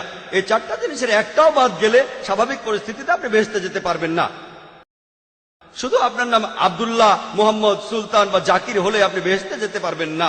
শুধু মুখে মুসলিম দাবি করলে বেহেশতে যাবেন না। আমি আমার লেকচারেও বলেছি, পবিত্র কোরআনে সূরা আনকাবুতের 2 নম্বর আয়াতে উল্লেখ করা আছে, আমি ঈমান এনেছি কথা বললেই, আমি মুমিন কথা বললেই তোমরা কি মনে করো তোমরা বেহেশতে যেতে পারবে? আল্লাহ তোমাদের অবশ্যই পরীক্ষা করবেন। তাহলে নিজেকে মুসলিম দাবি করলেই আপনি বেহেশতে চলে যাবেন না। যে লোকটা ইসলাম ধর্ম পালন করে, ইসলাম শব্দটা এসেছে আরবি শব্দ সালাম থেকে, যার অর্থ শান্তি। এর আরেকটা অর্থ ঈশ্বরের কাছে নিজের ইচ্ছাকে সমর্পণ করে দেয়া। যে লোক আল্লাহর কাছে নিজের ইচ্ছাকে সমর্পণ করে দেয় সেই হলো মুসলিম। তাহলে যে লোক ঈশ্বরের কাছে নিজের ইচ্ছাকে সমর্পণ করে, তার নাম যাই হোক না কেন, সে বেহেশতে যাবে। তাহলে বেহেশতে যেতে হলে ঈমান থাকতে হবে। সবগুলো স্তম্ভের কথাই বলেছি। একজন সৃষ্টিকর্তা আছেন, নবী রাসূল আছেন, তারপর পরকাল আছে, কিতাব আছে ইত্যাদি। ভালো সব কাজ করা আর মহান স্রষ্টার কাছে নিজের ইচ্ছাকে সমর্পণ করা। আপনি যদি স্রষ্টার কাছে নিজের ইচ্ছাকে সমর্পণ করেন, আরবিতে সেটাকেই বলা হয় ইসলাম ধর্ম। তার মানে এই না যে আপনি পাকিস্তান বা সৌদি আরবে থাকলে বেহেশতে যাবেন না। সৌদি আরবের সব লোক আর পাকিস্তানের সব লোক আল্লাহ মালুম, তিনিই জানেন সবাই বেহেশতে যাবেন কিনা। তাহলে সেই লোকগুলোই বেহেশতে যাবেন যারা আল্লাহ তাআলার নির্দেশগুলো মেনে চলে, যে আল্লাহ তাআলার নির্দেশগুলো মেনে চলে। আর আমি আমার লেকচারে বলেছি, যদি আপনারা ঈশ্বরের এই নির্দেশগুলো মেনে চলেন, শুধুমাত্র নাম দিয়ে নিজেদেরকে মুসলিম বা মোহাম্মদ বা আব্দুল্লাহ বলে আপনারা বেহেশতে যেতে পারবেন না। নাম বদলানো এখানে আবশ্যিক নয়। একটা নাম গ্রিন, এটা মুসলিম নাম নয়, এই নাম নিয়ে আপনি বেহেশতে যেতে পারবেন না এমনটা নয়। ইনশাআল্লাহ তিনিও বেহেশতে যাবেন, তিনি মুসলমান হয়েছেন, আগে খ্রিস্টান ছিলেন। তাহলে নাম দিয়ে বেহেশতে যাবেন না, ভালো কাজ থাকলে যাবেন। ঈমান, সৎ কাজ, মানুষকে সত্যের উপদেশ দেয়া, ধৈর্যের উপদেশ দেয়া। যদি ভালো কাজ করেন, আপনার ঈমান থাকে, মানুষকে সত্যের আর ধৈর্যের উপদেশ দেন, ইনশাআল্লাহ তাহলে সেই লোক বেহেশতে যেতে পারবেন। আশা করি উত্তরটা পেয়েছেন। এর পরের প্রশ্ন পুরুষদের মধ্য থেকে, আপনার নাম এবং পেশা। আমার নাম রাজাজি, নিউ কলেজে ফার্স্ট ইয়ারে পড়ি। আমার আর আপনার দৃষ্টিভঙ্গি একেবারে আলাদা, তাই কিন্তু আমার নিজের মতটাও আমার জানানো উচিত। আপনি বললেন কৃষ্ণের 16,000 স্ত্রী ছিল, আমরা মুসলমানরাও 4টা বিয়ে করতে পারি। এতে একথাই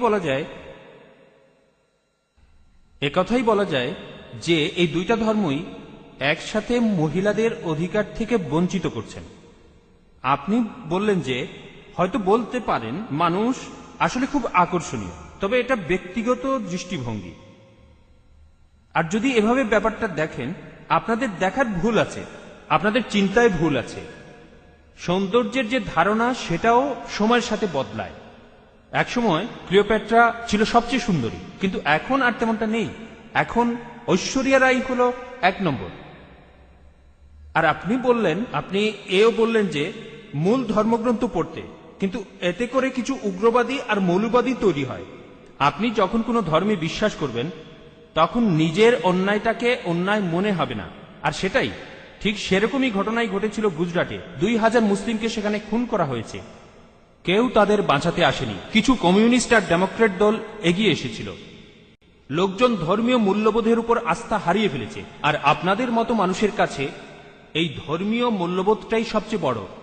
এসব ধর্ম উগ্রবাদী মানুষ তৈরি করে। তাই মানুষজনকে তাদের প্রাপ্য স্বাধীনতাটা দেন, যাতে করে তারা সমাজতান্ত্রিক আন্দোলনে যোগ দিতে পারে, যেমন কমিউনিস্ট আন্দোলন। ধন্যবাদ। ভাই মনে করেন তিনি একজন কমিউনিস্ট। আপনি খুব সুন্দর প্রশ্ন করেছেন। তিনি বললেন যে যখন হিন্দুইজম অনুমতি দিচ্ছে কৃষ্ণের 16,108 জন স্ত্রী, ইসলামে বহু বিবাহ অনুমতি আছে, তাহলে হিন্দুইজম আর ইসলাম একসাথে মহিলাদের অত্যাচার করছে কেন? আপনার মত অনুযায়ী, আপনার কথা অনুযায়ী ক্লিওপেট্রা একসময় সবচেয়ে সুন্দরী ছিল, এখন আর নেই।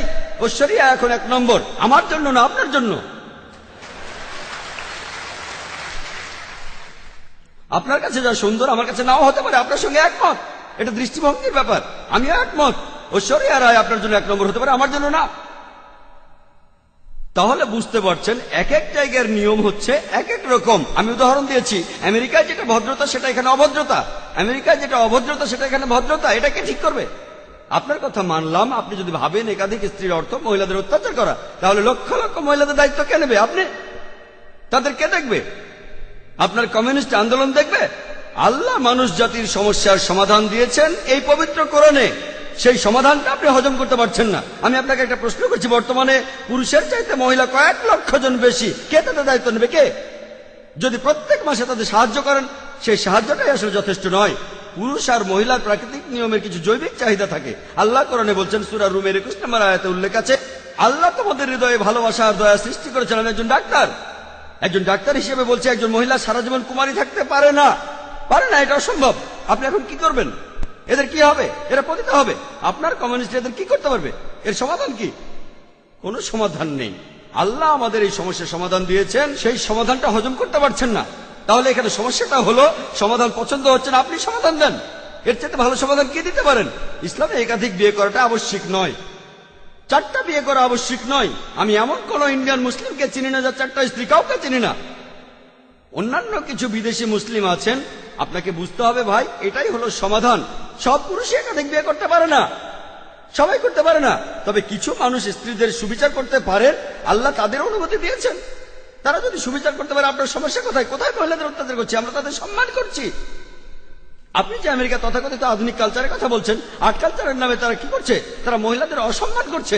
আপনি যে নারী স্বাধীনতার কথা বলছেন, সেটা আসলে স্বাধীনতার নামে শরীরকে শোষণ করছে, সম্মানের অবমাননা করছে আর আত্মাকে বঞ্চিত করছে। পশ্চিমা সমাজ আসলে মহিলাদের অধিকার দেওয়ার কথা বলে তাদের নামিয়ে দিচ্ছে উপপত্নীর স্তরে, রক্ষিতার স্তরে। তারা সমাজের প্রজাপতি, যারা আর্ট কালচারের পর্দার পেছনে থাকে। আর্ট আর কালচারের নামে ঐশ্বরিয়া রায়, সে আবার কে? মডেলিং, তাই তো? ঠিক না? এখানে আপনাকে সঠিকভাবে চিন্তা করতে হবে। আমরা মাকে বিক্রি করতে চাই না, আমরা বোনকে বিক্রি করতে চাই না। আপনি চাইলে তা করেন। একটা অ্যাডের কথা শুনেছিলাম, আগের লেকচারে আমি বলেছিলাম, BMW। এক লোক বলছিল, খুব বিখ্যাত অ্যাড, BMW নাম শুনেছেন? খুব দামি গাড়ি, মার্সিডিজ বেঞ্চের সঙ্গে কম্পিটিশন করে। সেই অ্যাডে বিকিনি পরা একটা মেয়ে গাড়ির সামনে দাঁড়িয়ে আছে, এখনই চালানো শুরু করুন। মেয়েটাকে না গাড়িটাকে? আপনারা কি করছেন? কমিউনিজমের কথা বলে, মহিলাদের অধিকারের কথা বলে আপনাদের মা বোনকে বিক্রি করছেন, আপনাদের মা বোনকে বিক্রি করছেন। আমরা মুসলিমরা এটা করতে চাই না, আমরা এটা করতে চাই না।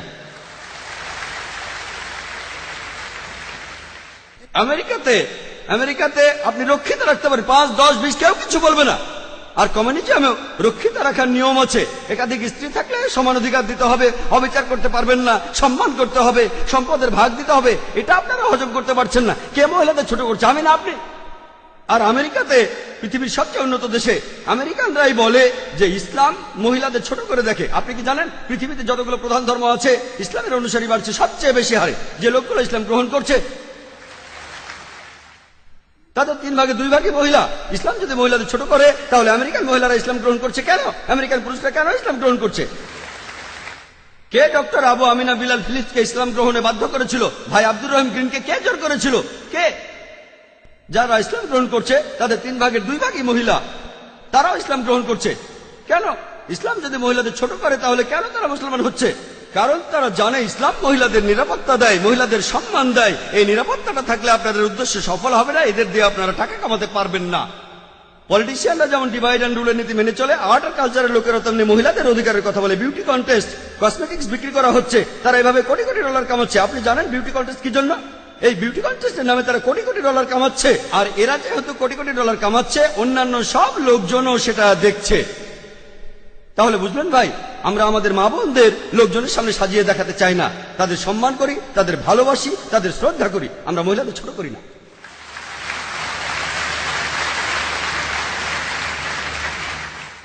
একজন অমুসলিম বোন। জি, আমার আগের প্রশ্নের উত্তরে আপনার যুক্তি আর পরিসংখ্যানটা শুনলাম, কিন্তু আমি একটা ব্যাপার পরিষ্কার করতে চাই। সম্ভবত আগের দিনগুলোতে যুদ্ধ হলে পুরুষরাই যুদ্ধের ময়দানে যেত, পরিবারের হয়ে উপার্জন করত, কিন্তু এখন সময় বদলেছে আর সম্ভবত ভবিষ্যতে এই পরিস্থিতি আরো বদলাবে। মহিলারা যুদ্ধে যাবে, এখনকার দিনে মহিলারা চাকরি বাকরি করছে, আর হতে পারে মহিলাদের মৃত্যুর হার আরো বাড়বে। আর সেরকম সময়ে আসলে তখন কি একথা বলা যাবে যে হ্যাঁ, পুরুষ মানুষের মাত্র একজন স্ত্রী থাকা উচিত? এই ধর্মগুলো আসলে পৃথিবীর মানুষের জন্য, ঈশ্বরের জন্য না। বোন, আপনি খুব ভালো প্রশ্ন করেছেন। আগেকার দিনে যুদ্ধের সময় বেশি পুরুষ মারা যেত, আমি আপনার সাথে একমত। এখন সময় বদলে গেছে, কিন্তু তারপরে এখনো যুদ্ধে পুরুষই বেশি মারা যায়। গালফ ওয়ারে বেশি পুরুষ মারা গেছে, আফগানিস্তানে পুরুষ মারা গেছে বেশি, ভিয়েতনাম যুদ্ধে বেশি পুরুষ মারা গেছে। তবে আগেকার দিনে যত বেশি মারা যেত, এখন তত বেশি মারা যায় না, আমি একমত। এখনকার দিনে আমি বলেছি ধূমপানে যে মানুষগুলো মারা যায় তাদের বেশিরভাগই হলো পুরুষ, মদ খেয়ে যারা মারা যাচ্ছে তাদের বেশিরভাগই পুরুষ, অ্যাক্সিডেন্টে মারা যাচ্ছে বেশি পুরুষ। আমি আপনার সাথে একমত যে মহিলারাও এখন যুদ্ধে যাচ্ছে। আর আমেরিকাতে কি ঘটনা ঘটলো, কয়েক বছর আগে আর্মিতে মহিলা সেকশন খোলা হলো, মহিলারা আর্মিতে, তখন থেকে মহিলার আর্মিতে যেতে লাগলো।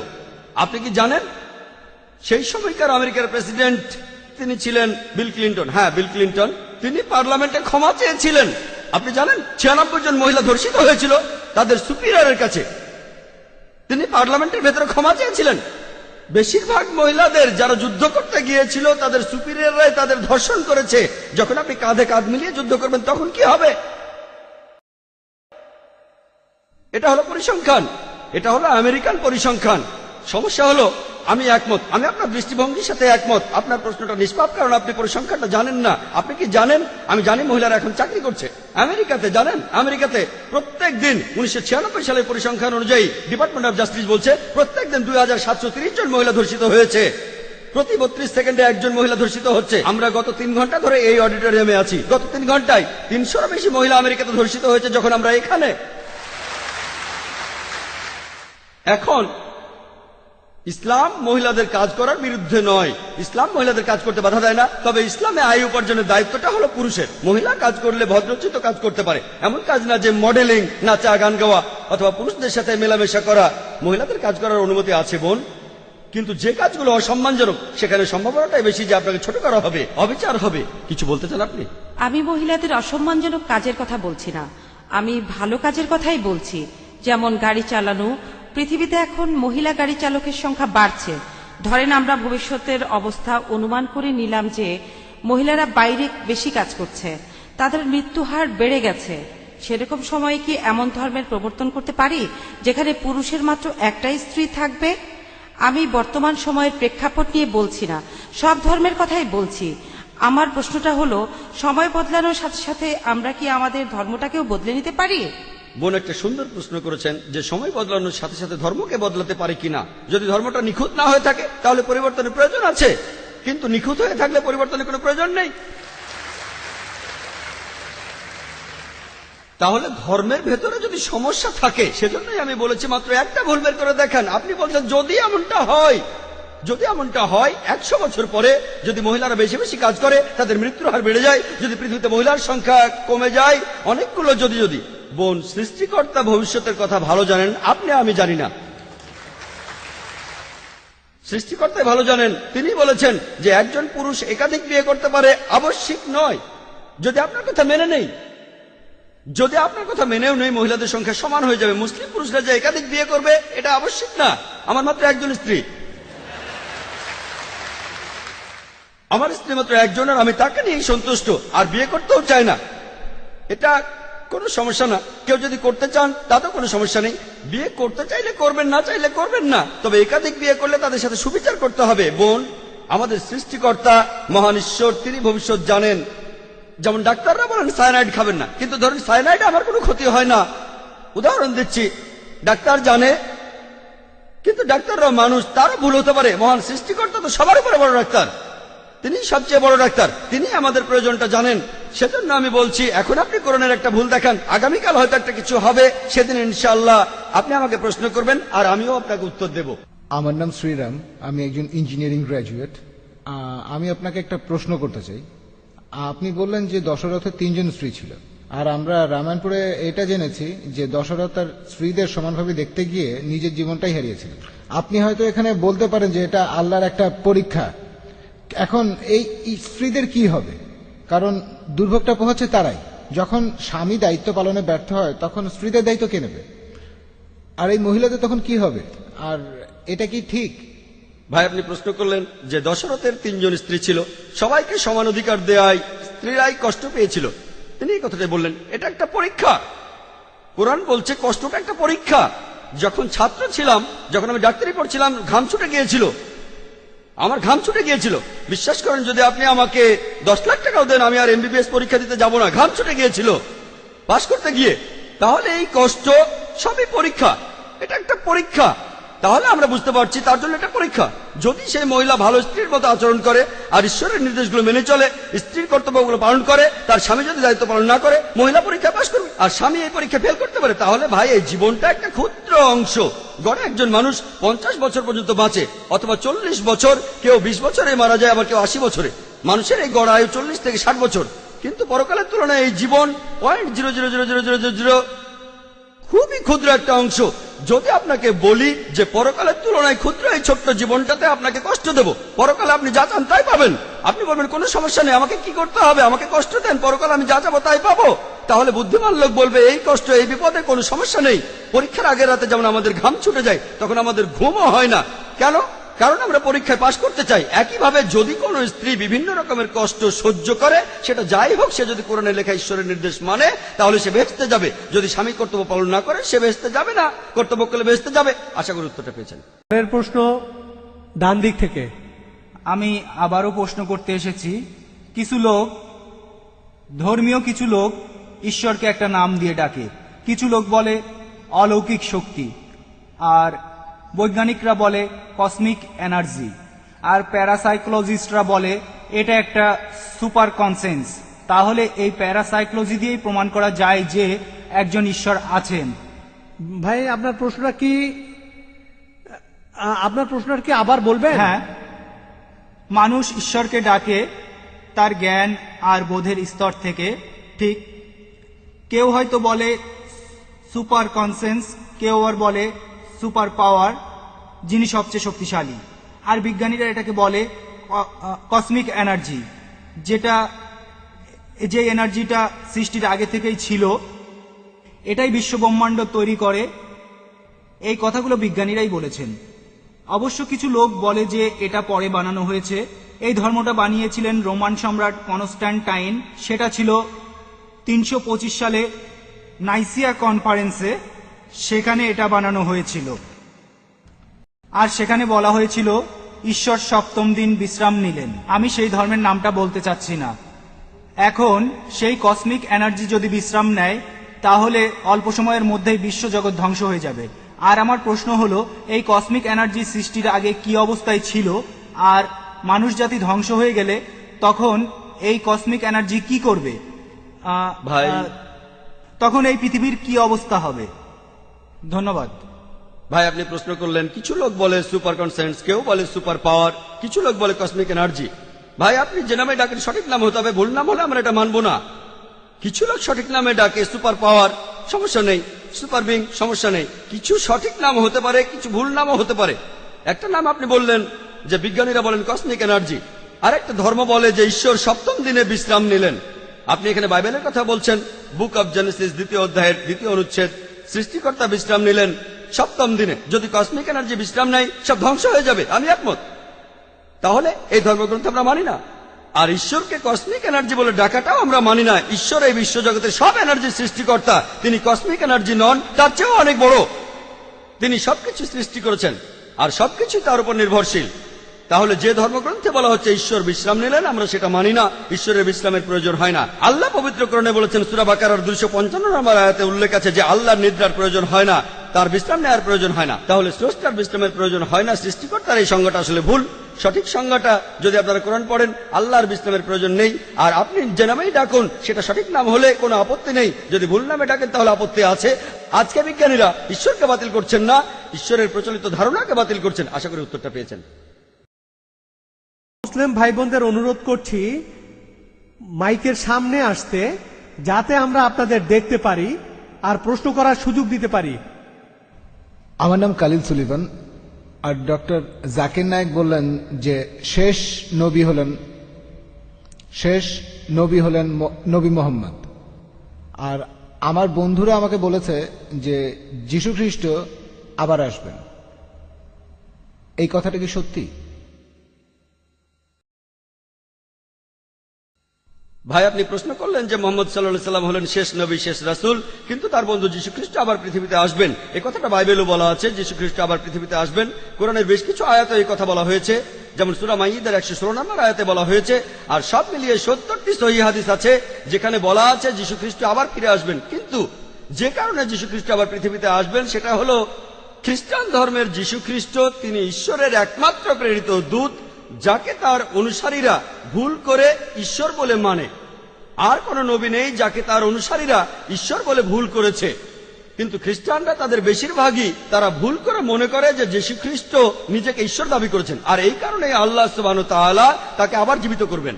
আর এ সম্পর্কে পবিত্র কোরআনে সূরা মাইদার 116 নম্বর আয়াতে উল্লেখ করা হয়েছে, সেই দিন আপনি সাক্ষী হবেন, হে আল্লাহ সুবহানাহু ওয়া তাআলা, আমি তাদের উপাসনা করতে বলিনি, আমাকে আমি বলেছি আবুদুল্লাহ আল্লাহকে মানো, রব্বি ওয়া রাব্বুকুম। আমার প্রভু তোমাদের প্রভু। তাই দ্বিতীয়বার পৃথিবীতে এসে যিশু সাক্ষ্য দেবেন যে আমি আমাকে উপাসনা করতে বলিনি, আমি তোমাদের বলেছি এক ঈশ্বরের উপাসনা করতে। তাহলে দ্বিতীয়বার যিশু নতুন কোনো আইন আনবেন না, তিনি আসবেন হযরত মুহাম্মদ সাল্লাল্লাহু আলাইহি ওয়াসাল্লামের উম্মত হিসেবে।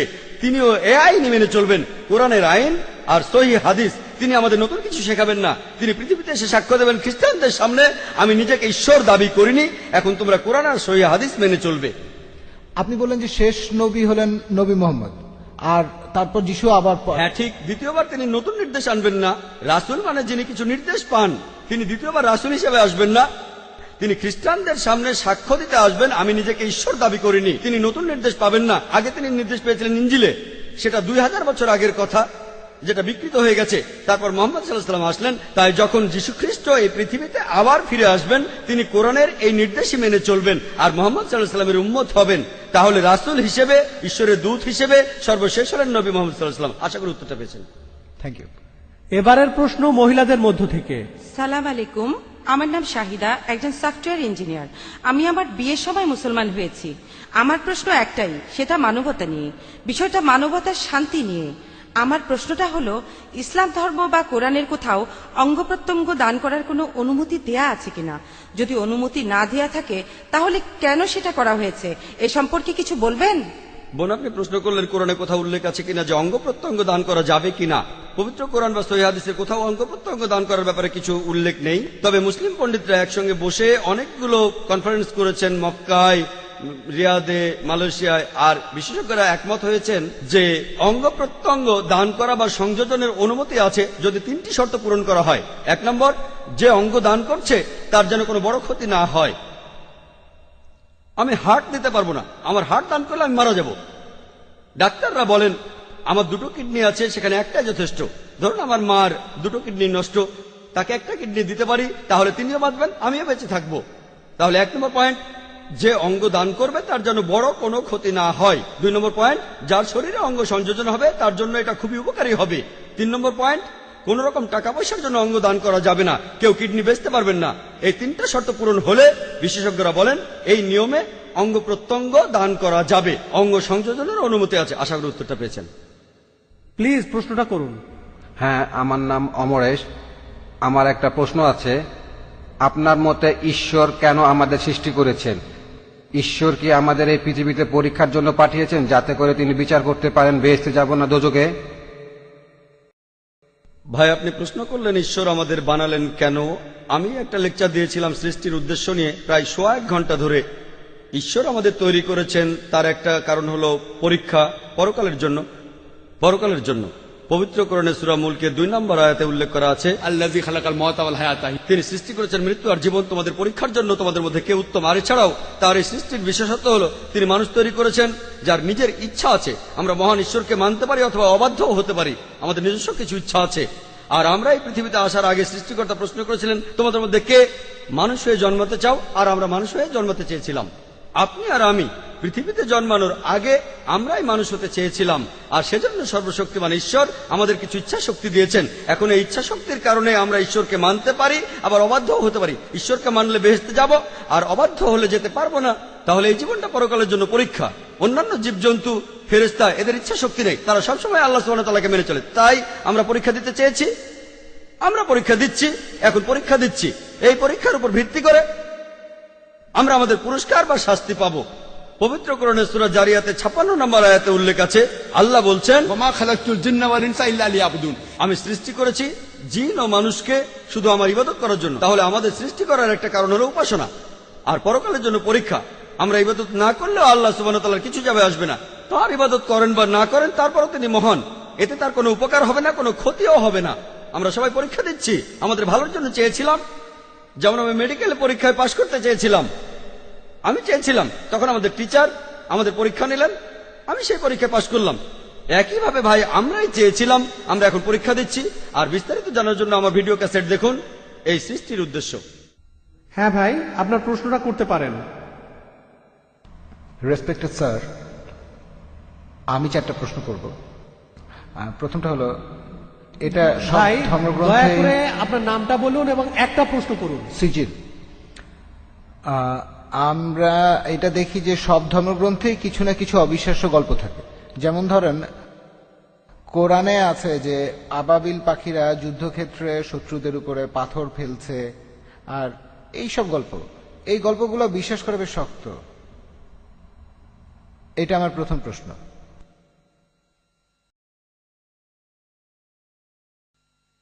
ভাই আপনি প্রশ্ন করলেন কোরআনের কিছু কথা যেন পাখি উপর থেকে পাথর ফেলছে, সূরা ফিলের কথা, সূরা ফিলের 1 থেকে 5 নম্বর আয়াত। এরকম আরো অনেক আয়াত আছে। কোরআন বলছে শাক্কুল কামার, নবীজি মুহাম্মদ সাল্লাল্লাহু আলাইহি ওয়াসাল্লাম চাঁদকে 2 ভাগ করেছিলেন, মুসা আলাইহিস সালাম সাগরকে 2 ভাগ করেছিলেন। এগুলো কঠিন কাজ, হ্যাঁ, এগুলোকে বলে অলৌকিক। অলৌকিক কাজ হলো সেগুলো যেগুলোর কোনো ব্যাখ্যা মানুষ দিতে পারে না। মানুষের পক্ষে চাঁদকে 2 ভাগ করে ফেলা এটা অসম্ভব। আবার কোন মানুষ সাগরকে 2 ভাগ করে ফেলবে, তার মধ্যে রাস্তা থাকবে, এটাও অসম্ভব। তাহলে এগুলোকে বলা হয় অলৌকিক। শুধুমাত্র ঈশ্বরই এটা পারেন, আপনি আমি পারবো না। আমরা এই কাজের ব্যাখ্যা দিতে পারবো না। আমরা শুধু একটা উপায় এটা প্রমাণ করতে পারি, যদি সেই সময়ে ফিরে যায়। এখানে বর্তমান থেকে আমরা অতীতে যেতে পারবো না। 3000 বা 4000 বছর আগে গিয়ে আমরা দেখতে পারবো না মুসা আলাইহিস সালাম সাগরকে ভাগ করেছিলেন কিনা। তাহলে কি করব? এই অলৌকিক গুলো আমরা অতীতে গিয়ে পরীক্ষা করতে পারছি না। কিন্তু পবিত্র কোরআনে এমন অনেক কথাই আছে যেগুলো এখন সত্যি প্রমাণিত হয়েছে। যেমন ধরুন, কোরআন বলছে বিজ্ঞান নিয়ে কথা, বিগ ব্যাং সম্পর্কে। কোরআন বলছে চাঁদের আলো তার নিজস্ব আলো নয়। কোরআন বলছে পৃথিবী বর্তুলাকার। কোরআন বলছে সূর্য প্রদক্ষিণ করে। 1400 বছর আগে মানুষ ভাবতো এগুলো কোন ধরনের কথা? চাঁদের নিজের কোনো আলো নেই, পৃথিবী বর্তুলাকার, এগুলো কি সত্যি? এগুলো বিগ ব্যাং এর কথা? এখন বিজ্ঞান অনেক উন্নত হয়েছে, এখন আমরা জানি সবই সত্যি। তবে অতীতে কি হয়েছে জানার জন্য অতীতে যেতে পারবো না। আমার যুক্তি বলে কোরআনে যে কথাগুলো আছে কিছু পরীক্ষা করা যায়, কিছু পরীক্ষা করা যাবে না। আমরা অতীতে যেতে পারবো না, তাহলে এই ব্যাপারগুলো কিছুটা অপরিষ্কার। আমরা বর্তমানে যেগুলো পরীক্ষা করতে পারি সেই কথাগুলোর মধ্যে যা কিছু পরীক্ষা করতে পারি, ধরেন 80% চেক করতে পারি। আমার যুক্তি বলে 80% কোরআনে যে কথাগুলো আছে পরীক্ষা করতে পারি, সেগুলো একেবারে 100% সঠিক। যেগুলো আমরা চেক করতে পারি তার মধ্যে 1% ভুল নেই। যদি বলেন এমন ঘটনা ঘটেনি, শুধু অতীতে গেলেই সেটা প্রমাণ করতে পারবেন। যদি কোরআন বলে মুসা নবী সমুদ্রকে 2 ভাগ করেছিলেন, এটা ভুল, সেটা প্রমাণ করতে পারবেন না, সঠিকও প্রমাণ করতে পারবেন না। অতীতে যেতে পারবেন না। আমরা 3-4 হাজার বছর আগে ফিরে যেতে পারি না। তাহলে যদি যুক্তি দিয়ে বলতে পারি এই ব্যাপারটা সত্যি হতে পারে, নাও হতে পারে, সত্যি হতে পারে, নাও হতে পারে। পাখিগুলো হয় পাথর ফেলেছিল, না হয় ফেলেননি, ঠিক? আমরা বলতে পারি ব্যাপারটা পরিষ্কার না। যদি পারমাণবিক বোমার কথা বলতেন 1000 বছর আগে, তারা কি বিশ্বাস করতো? বিশ্বাস করতো? তারা বলতো পাগলের প্রলাপ, ঠিক না ভুল? কিন্তু এখন তো আমরা বিশ্বাস করি, কারণ বিজ্ঞান উন্নত হয়েছে। এখন দেখি পারমাণবিক বোমা, আণবিক বোমা। তাহলে পাখিরা পাথর ফেলছে, এটা সমস্যা কোথায়? এটা খুব সোজা। পারমাণবিক বোমা আরো কঠিন। তাহলে বুঝতে পারছেন আমরা অতীতে যেতে পারবো না। আমার যুক্তি বলে যেগুলো আজকে পরীক্ষা করতে পারি, কোরআনের যে বিষয়গুলো ভালোভাবে দেখতে পারি, সেগুলোর মধ্যে পুরো 100% সত্যি বলে প্রমাণিত হয়েছে। 20% আমরা পরীক্ষা করতে পারবো না, কারণ অতীতে যেতে পারবো না, ভবিষ্যতে যেতে পারি না। বেহেশত আর দোজখের অস্তিত্ব বৈজ্ঞানিকভাবে প্রমাণ করতে পারবো না। হয়তো বলবেন যে ভাই জাকির, আপনি একজন ডাক্তার, কিভাবে বেহেশত দোজখ বিশ্বাস করেন? আমি বলি এটা 20% অস্বচ্ছ অংশের কথা। আমার যুক্তি বলে যখন 80% কোরআনে যতক্ষণ আমরা চেক করতে পারি এগুলো 100% সত্যি বলে প্রমাণিত হয়েছে, সেখানে 0.1% ভুল নেই। আমার যুক্তি বলে এই 20% ইনশাআল্লাহ আল্লাহ চাইলে সেটাও সত্যি প্রমাণিত হবে। হয়তো ভবিষ্যতে বিজ্ঞান উন্নত হবে, 20 বছর 50 বছর পরে আমরা পরকালের জীবন সম্পর্কে জানতে পারবো, আমরা বেহেশত দোজখ সম্পর্কে জানতে পারবো। আমার যুক্তি বলে এটা যুক্তিপূর্ণ বিশ্বাস যে কোরআনের 0.00001% ভুল প্রমাণিত হয়নি। 80% একেবারে পুরোটাই সত্যি। তাই আমার যুক্তি বলে যে ইনশাআল্লাহ বাকি 20% যেটা চেক করা যাচ্ছে না, অতীতে ফিরে গিয়ে বা ভবিষ্যতে গিয়ে ইনশাআল্লাহ সেগুলো সত্যি হবে। আশা করি উত্তরটা পেয়েছেন। এর পরের প্রশ্ন পুরুষদের মধ্য থেকে। হ্যালো, আমার নাম অশোক, আমি ইকোনমিক্স নিয়ে এমএ পড়ছি। স্যার, আমার প্রশ্নটা হলো, বর্তমান প্রেক্ষাপটে বলা যায় আমরা খুব খারাপ সময় পার করছি। আমরা সবাই শান্তি চাই, হোক জাতিগত শান্তি বা হোক ধর্মীয় শান্তি, অথবা সে যাই হোক। আমাদের আসলে শান্তি আর মানবতার প্রয়োজন। এই ধর্মের কারণেই কি পৃথিবীতে আমরা আজ এত বেশি সমস্যা দেখছি? এই ধর্মের কারণেই কি পৃথিবীতে এত বেশি যুদ্ধ আর অরাজকতা চলছে? এটা বাদেও অন্য সমস্যা আছে। আর এই ধর্ম দিয়েই কি পৃথিবীর সব সমস্যার সমাধান করা যায়? আর ধর্ম দিয়েই কি ইথিওপিয়া দুর্ভিক্ষের সমাধান করা যায়? শিশুরা না খেয়ে মারা যাচ্ছে। ধর্মই কি সবকিছুর সমাধান? ধর্ম দিয়েই কি পৃথিবীর এই সব সমস্যা সমাধান করা যাবে? এই ধর্ম দিয়েই কি আমাদের সব সমস্যাগুলোর সমাধান করা যাবে? আমার মনে হয় অন্য কোনো সমাধান আছে। ভাই খুব সুন্দর প্রশ্ন করেছেন। পৃথিবীতে এখন অনেক সমস্যা, ধর্মই কি এসবে সমাধান দেবে? ইথিওপিয়াতে অনেক মানুষ মারা যাচ্ছে, ধর্ম কি এটা সমাধান?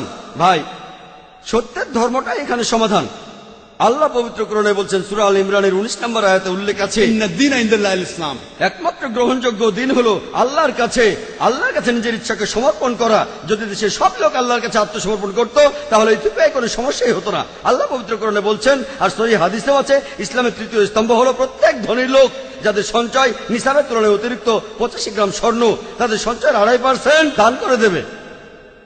যদি সব লোক দান করত, দারিদ্র্য বলে পৃথিবীতে কিছুই থাকতো না। ইথিওপিয়াতে অবশ্যই পুরো পৃথিবীতে একটা মানুষও না খেয়ে মারা যেত না। আপনি কি জানেন পৃথিবীর সবচেয়ে 3 জন ধনী লোক, সবচেয়ে ধনী 3 জন, তাদের সম্পদের পরিমাণ 48টা গরিব দেশের জাতীয় আয়ের সমান। সবচেয়ে ধনী 3 জন, যদি এই 3 জন যাকাত দেয়, মানুষের অনেক সমস্যার সমাধান হয়ে যাবে। সমস্যা হচ্ছে প্রত্যেকটা মানুষ যদি ইসলাম ধর্ম পালন করত, আল্লাহর কাছে নিজের ইচ্ছাকে সমর্পণ করত। আপনি একটা সমস্যার কথা বললেন, যে সমস্যার কথাই বলেন না কেন, আলহামদুলিল্লাহ পবিত্র কোরআনে সেই সমস্যার সমাধান দেয়া আছে। সত্যের ধর্ম পালন করুন, সত্যিকারের শান্তি পাবেন। এবারের প্রশ্ন মহিলাদের মধ্য থেকে অমুসলিম বোন। আসসালামু আলাইকুম। যদি একজন মুসলমান কোনো অমুসলিমের বাসায় থাকে, সে যদি তখন নামাজ আদায় করতে চায়, সেই অমুসলিমের বাসায় কি নামাজ পড়া যাবে? সেখানে নামাজ পড়ার নিয়মটা কি? আর মুসলমানরা মন্দির থেকে প্রসাদ নিতে পারবে কিনা সেটা বলবেন কি? বোন, আপনি দুটো প্রশ্ন করেছেন। প্রথমটা হলো কোনো অমুসলিমের ঘরে একজন মুসলিম নামাজ পড়তে পারবে কিনা। যদি সেই ঘরে কোনো সমস্যা না থাকে, যদি আপনার সামনে কোনো মূর্তি না থাকে, যদি আপনার নামাজ পড়ার জায়গাটা পরিষ্কার থাকে, আপনি তাহলে নামাজ পড়তে পারেন। আমাদের প্রিয় নবী মুহাম্মদ সাল্লাল্লাহু আলাইহি ওয়াসাল্লাম বলেছেন, এটা আছে সহিহ বুখারীতে প্রথম খণ্ড বুক অফ সালাত, যে পুরো পৃথিবী একটা মসজিদ বিশ্বাসীদের জন্য। যদি জায়গাটা পরিষ্কার থাকে আর ইসলামের কোনো নিয়ম ভাঙা না হয়, আপনি নামাজ পড়তে পারেন। এবারে প্রসাদের ব্যাপারে বলি। প্রসাদ হলো খাবার যেটা পুজোর সময় হিন্দু ধর্মের লোকেরা উৎসর্গ করে তাদের দেবতাদের নামে। আল্লাহ পবিত্র কোরআনে সব মিলিয়ে 4টা আয়াতে বলেছেন। সূরা বাকারার 173 নম্বর আয়াতে আছে, সূরা মাইদার 3 নম্বর আয়াতে উল্লেখ আছে, সূরা আনামের 145 নম্বর আয়াতে আছে, আর সূরা নাহলের 115 নম্বর আয়াতে উল্লেখ আছে, হুররিমাত আলাইকুমুল মাইতাতু ওয়াদ-দামু ওয়া লাহমুল খিনজির ওয়া মা উহিল্লা লিগাইরিল্লাহ বিহি, তোমাদের জন্য যে খাদ্যগুলো হারাম, মৃত জন্তু, রক্ত, শূকরের মাংস এবং যেটা জবাই করার সময় আল্লাহ ছাড়া অন্য কারো নাম নেওয়া হয়। তাহলে প্রসাদ খাওয়াটা হারাম, প্রসাদ খাওয়ার অনুমতি নেই ইসলামে। তবে অনেক মুসলমান আছেন যারা কষ্ট দিতে চান না, তাদের অমুসলিম বন্ধুদের কষ্ট দিতে চান না তাই তারা কি করেন, কিছু মুসলমান বিসমিল্লাহ বলে খেয়ে ফেলেন। পরের দিন বিসমিল্লাহ বলে মদ খাবেন, বিসমিল্লাহ বলে শুকর খাবেন। যে খাবারে আল্লাহ ছাড়া অন্য দেবতার নাম নেওয়া হয়েছে সেটা ইসলামে হারাম। এখানে আপনি কি করবেন, আমার ভিডিও ক্যাসেট দেখতে পারেন, দাওয়া অর ডিস্ট্রাকশন। সেখানে দেখবেন কিভাবে অমুসলিমদের বোঝাবেন প্রসাদ খাওয়ার ব্যাপারে, আর কিভাবে তাদের ধর্মগ্রন্থ দিয়েই তাদেরকে বোঝাতে পারবেন। আশা করি উত্তরটা পেয়েছেন। এবারের প্রশ্ন পুরুষদের মধ্য থেকে। আমি একটা বিষয় পরিষ্কার করতে চাই, সবকিছু কি আল্লাহর পরীক্ষা? সবকিছুই কি আল্লাহর পরীক্ষা? ভাই, আপনি প্রশ্ন করেছেন সবকিছু আল্লাহর পরীক্ষা কিনা। আমাদের জীবনটাই পরীক্ষা। মাঝে মধ্যে আমরা নিজেরাই নিজেদের জন্য সমস্যা তৈরি করি, আমরা নিজেরাই নিজেদের সমস্যা তৈরি করি। এই জীবনটা আসলে পরকালের জন্য একটা পরীক্ষা। তাহলে তো ব্যাপারটা দাঁড়াচ্ছে কেউ ভেস্তে যেতে পারবে না, কারণ মানুষ মাত্রই ভুল করে। ভাই, আপনি বললেন যে কেউ তাহলে বেহেশতে যেতে পারবে না, কারণ মানুষ মাত্রই ভুল করে। আমি একমত, মানুষ ভুল করে, প্রত্যেক মানুষই ভুল করে। আর এজন্যই নবীজি বলেছেন, আল্লাহ সুবহানাহু ওয়া তাআলার করুণা আর দয়া ছাড়া কোন লোক বেহেশতে যেতে পারবে না। আমার লেকচারে সে কথা বলেছি যে আমরা মানুষরা ভুল করি, কিন্তু আল্লাহ সেটা মাফ করে দিচ্ছেন। তিনি গাফুর, তিনি রহিম, তিনি করুণাময়, তিনি পরোপকারী, তিনি এই লোকদের মাফ করে দেন। তবে তিনি কিছু নিয়ম কানুন মেনে চলেন, আর আল্লাহ তিনি এমন কিছু বলেন না যে তুমি দেখতে ভালো তাই মাফ করে দিলাম, তুমি দেখতে খারাপ তাই মাফ করলাম না। আল্লাহ মানুষের জন্য আইন কানুনগুলো বলেছেন কোরআনে। তাই শুধু আল্লাহর করুণা পেলেই আপনি বেহেশতে যেতে পারবেন। যদি আল্লাহ আপনার সমস্যাগুলো খুঁটিয়ে খুঁটিয়ে ধরেন আর পয়েন্ট বিয়োগ করেন, সেই সাথে সবগুলো ভালো কাজের পয়েন্ট যোগ করেন, তাহলে কোনো মানুষ বেহেশতে যেতে পারবে না, এমনকি নবীজিও না। নবীজি কথা বলেছেন, এটা নবীজির হাদিস। পবিত্র কোরআন বলছে আল্লাহ আপনার ভালো কাজগুলোকে 10 দিয়ে গুণ করবেন আর খারাপ কাজগুলোকে 1 দিয়ে। আর আল্লাহ এরকমই করুণাময়, তিনি মানুষকে ক্ষমা করে দেন, তবে একটা অন্যায় তিনি ক্ষমা করবেন না। পবিত্র কোরআনে সূরা নিসার 48 নম্বর আয়াতে উল্লেখ আছে এবং সূরা নিসার 116 নম্বর আয়াতে উল্লেখ আছে যে অন্যায়টা তিনি কখনোই ক্ষমা করবেন না, সেটা হলো শিরক, আল্লাহ ছাড়া অন্য কারো উপাসনা করা। অন্য কোনো অন্যায় হয়তো তিনি ক্ষমা করতে পারেন, আর আল্লাহকে ছাড়া অন্য কোনো দেবতার উপাসনা করা, এটা হলো সবচেয়ে বড় অন্যায়। আশা করি উত্তরটা পেয়েছেন। আপনি কি আরো কিছু বলতে চান ভাই? হ্যাঁ, এখন ধরি একজন লোক, সে তার সব কাজ ভালোভাবে করলো, কিন্তু সেই লোক তার 3 জন স্ত্রীকে সমানভাবে দেখলো না, সেই লোক কি তখন বেহেশতে যাবে? ভাই আপনি প্রশ্ন করলেন যে যদি, আমি আপনার প্রশ্নটা বুঝেছি, যদি কোনো লোকের 3 জন স্ত্রী থাকে আর সে সমান বিচার করতে না পারে, সে কি বেহেশতে যাবে? হ্যাঁ যাবে। কেন যেতে পারবে না? কারণ আমাদের পক্ষে পুরোপুরি নিষ্পাপ হওয়াটা খুবই কঠিন। আপনিই তো বললেন সব মানুষই ভুল করে, অনেক মানুষই ভুল করে। আপনার মনেও কোনো খারাপ চিন্তা আসতে পারে, এটাও তো ভুল। তাই আপনি যদি ভুল করেন সেজন্য ক্ষমা চাইবেন। যে লোক তার স্ত্রীদের সঙ্গে সুবিচার করতে পারে না, সে যদি ক্ষমা প্রার্থনা করে আল্লাহ ক্ষমা করতে পারেন, তাকে বেহেশতে নিতে পারেন। হতে পারে সে অনেক ভালো কাজ করেছে, তাই আল্লাহ তাকে ক্ষমা করতে পারেন। এই সব নির্ভর করছে আল্লাহ সুবহানাহু ওয়া তাআলার উপর। তিনি বিচার করবেন। একজন লোক তার স্ত্রীদের প্রতি সমান বিচার করবে, তবে যদি করতে না পারে সে বেহেশতে যেতেও পারে, নাও যেতে পারে। তার পুরো জীবনের সবগুলো কাজ বিচার করে আল্লাহ সবকিছু ঠিক করবেন। সে বেহেশতে যেতেও পারে, নাও যেতে পারে। সে ক্ষমা প্রার্থনা করলে আল্লাহ তাকে ক্ষমা করতে পারেন। আশা করি উত্তরটা পেয়েছেন। হ্যাঁ ভাই, আপনি? স্যার, ইসলাম ধর্মে বিনোদনের কোন কোন বিষয়গুলোকে অনুমতি দেয়া হয়েছে? মিউজিক সম্পর্কে ইসলাম কি বলে? আর সুফিজম সম্পর্কে কি কিছু বলবেন? এটা কি ইসলামের কাঠামোর মধ্যে পড়ে নাকি পড়ে না? ভাই আপনি হালাল বিনোদনের কথা বলছেন। বিনোদনটা আসলে আপনার দৃষ্টিভঙ্গির উপর। আপনার জন্য যেটা বিনোদন আমার জন্য নাও হতে পারে। যেমন এই অনুষ্ঠানের লোকজন বিনোদন পাচ্ছে, অনেক কিছু তারা শিখতে পারছে, এটা হালাল। তাহলে হালাল বিনোদন হলো সেই বিনোদন যেটা কোরআন আর সুন্নাহর বিপক্ষে যাবে না। কোরআন আর সহিহ হাদিসে যেগুলোকে হারাম বলা হয়েছে সেগুলো মেনে চললে বাকি সব বিনোদনই হালাল। মিউজিক সম্পর্কে নবী মুহাম্মদ সাল্লাল্লাহু আলাইহি ওয়াসাল্লামের একটা হাদিস বলছে যে ডাব বাজানো ছাড়া অন্য মিউজিক নিষিদ্ধ, শুধুমাত্র ডাব, একপাশে খোলা ড্রাম, এটা বাদে অন্য মিউজিকের অনুমতি নেই। কারণ এই মিউজিক আপনাকে আল্লাহর পথ থেকে দূরে নিয়ে যাবে। যেহেতু এটা আপনাকে আল্লাহর পথ থেকে দূরে নিয়ে যাবে, তাই এটা নিষিদ্ধ। আপনার তৃতীয় প্রশ্ন ছিল ইসলাম ধর্মে সুফিজম। সুফি একটা আরবি শব্দ যেটা এসেছে সুফ থেকে। এই মতবাদটাও আসলে পথভ্রষ্ট। আগের উত্তরগুলোতে আমি বলেছি আমাদের কোরআন এবং সুন্নাহ মানা উচিত। তাই আপনি যদি এমন কিছু মানেন যেটা কোরআন এবং সুন্নাহে উল্লেখ করা নেই, সেটা আসলে পথভ্রষ্ট। এর বেশিরভাগই পথভ্রষ্ট। আপনারা সুফিজমের যেসব মতবাদগুলো দেখেন, এর বেশিরভাগই পথভ্রষ্ট। এই মতবাদটা পবিত্র কোরআন আর সুন্নাহ মেনে চলে না। কোন বিশেষজ্ঞ যদি এখানে কিছু বলেন, সেটা কোরআন আর সুন্নাহর সাথে মেলাবেন, অন্য কোনো উৎস নেই। সঠিক উৎস হলো কোরআন আর সহিহ হাদিস। কোরআনের অনুবাদগুলোর মধ্যে আপনার মতে সবচেয়ে শুদ্ধ অনুবাদ কোনটা, এ ব্যাপারে বলবেন? সবচেয়ে খাঁটি ইংরেজি অনুবাদ। ভাই আল্লাহ এখানে আরবিতে বলেছেন 100% কোনো ভুল ছাড়া। সবগুলো অনুবাদই করেছে মানুষ, আর সেখানে ভুল থাকবেই। তাই পবিত্র কোরআনে কোনো নির্ভুল অনুবাদ নেই। হ্যাঁ, তবে যে অনুবাদগুলো পাওয়া যায়, আমার মতে ভালো অনুবাদটা সেগুলোর মধ্যে একটা হলো সহিহ ইন্টারন্যাশনাল। আমি ইংরেজি অনুবাদের কথা বলছি, অন্য ভাষার ব্যাপারে আপনাকে খুঁজে দেখতে হবে। আমার মতে কোরআনের একটা ভালো ইংরেজি অনুবাদ হলো সহিহ ইন্টারন্যাশনাল, যেটা ইংরেজিতে অনুবাদ করেছেন 3 জন মহিলা। তারা সবাই আসলে আমেরিকান, পশ্চিমা সভ্যতার মানুষ। তারা সবাই মুসলমান হয়েছিলেন। সহিহ ইন্টারন্যাশনাল আগে একজন ভাইকে একটা কপি দিয়েছিলাম, আর আপনি চাইলেও দেবো ইনশাআল্লাহ। লেকচার শেষে ভাই আশরাফের সাথে যোগাযোগ করুন, তিনি আপনাকে একটা কপি দেবেন, আর আপনি সেটা পড়ে দেখুন। আশা করি উত্তরটা পেয়েছেন। জি ধন্যবাদ। আপনাকে ধন্যবাদ। এখানে একজন অমুসলিম ভাইকে দেখা যাচ্ছে। হ্যাঁ ভাই, আপনার নাম আর পেশাটা দয়া করে বলবেন? আমি শশাঙ্ক শেখর, এসেছি রাঁচি থেকে। আমি এখানে সত্যভামা কলেজে ইঞ্জিনিয়ারিং পড়ছি। স্যার, আজকের অনুষ্ঠানে আপনার লেকচার শোনার পর ইসলাম ধর্ম আর মুসলমানদের সম্পর্কে আমাদের ভুল ধারণা দূর হয়ে গেছে।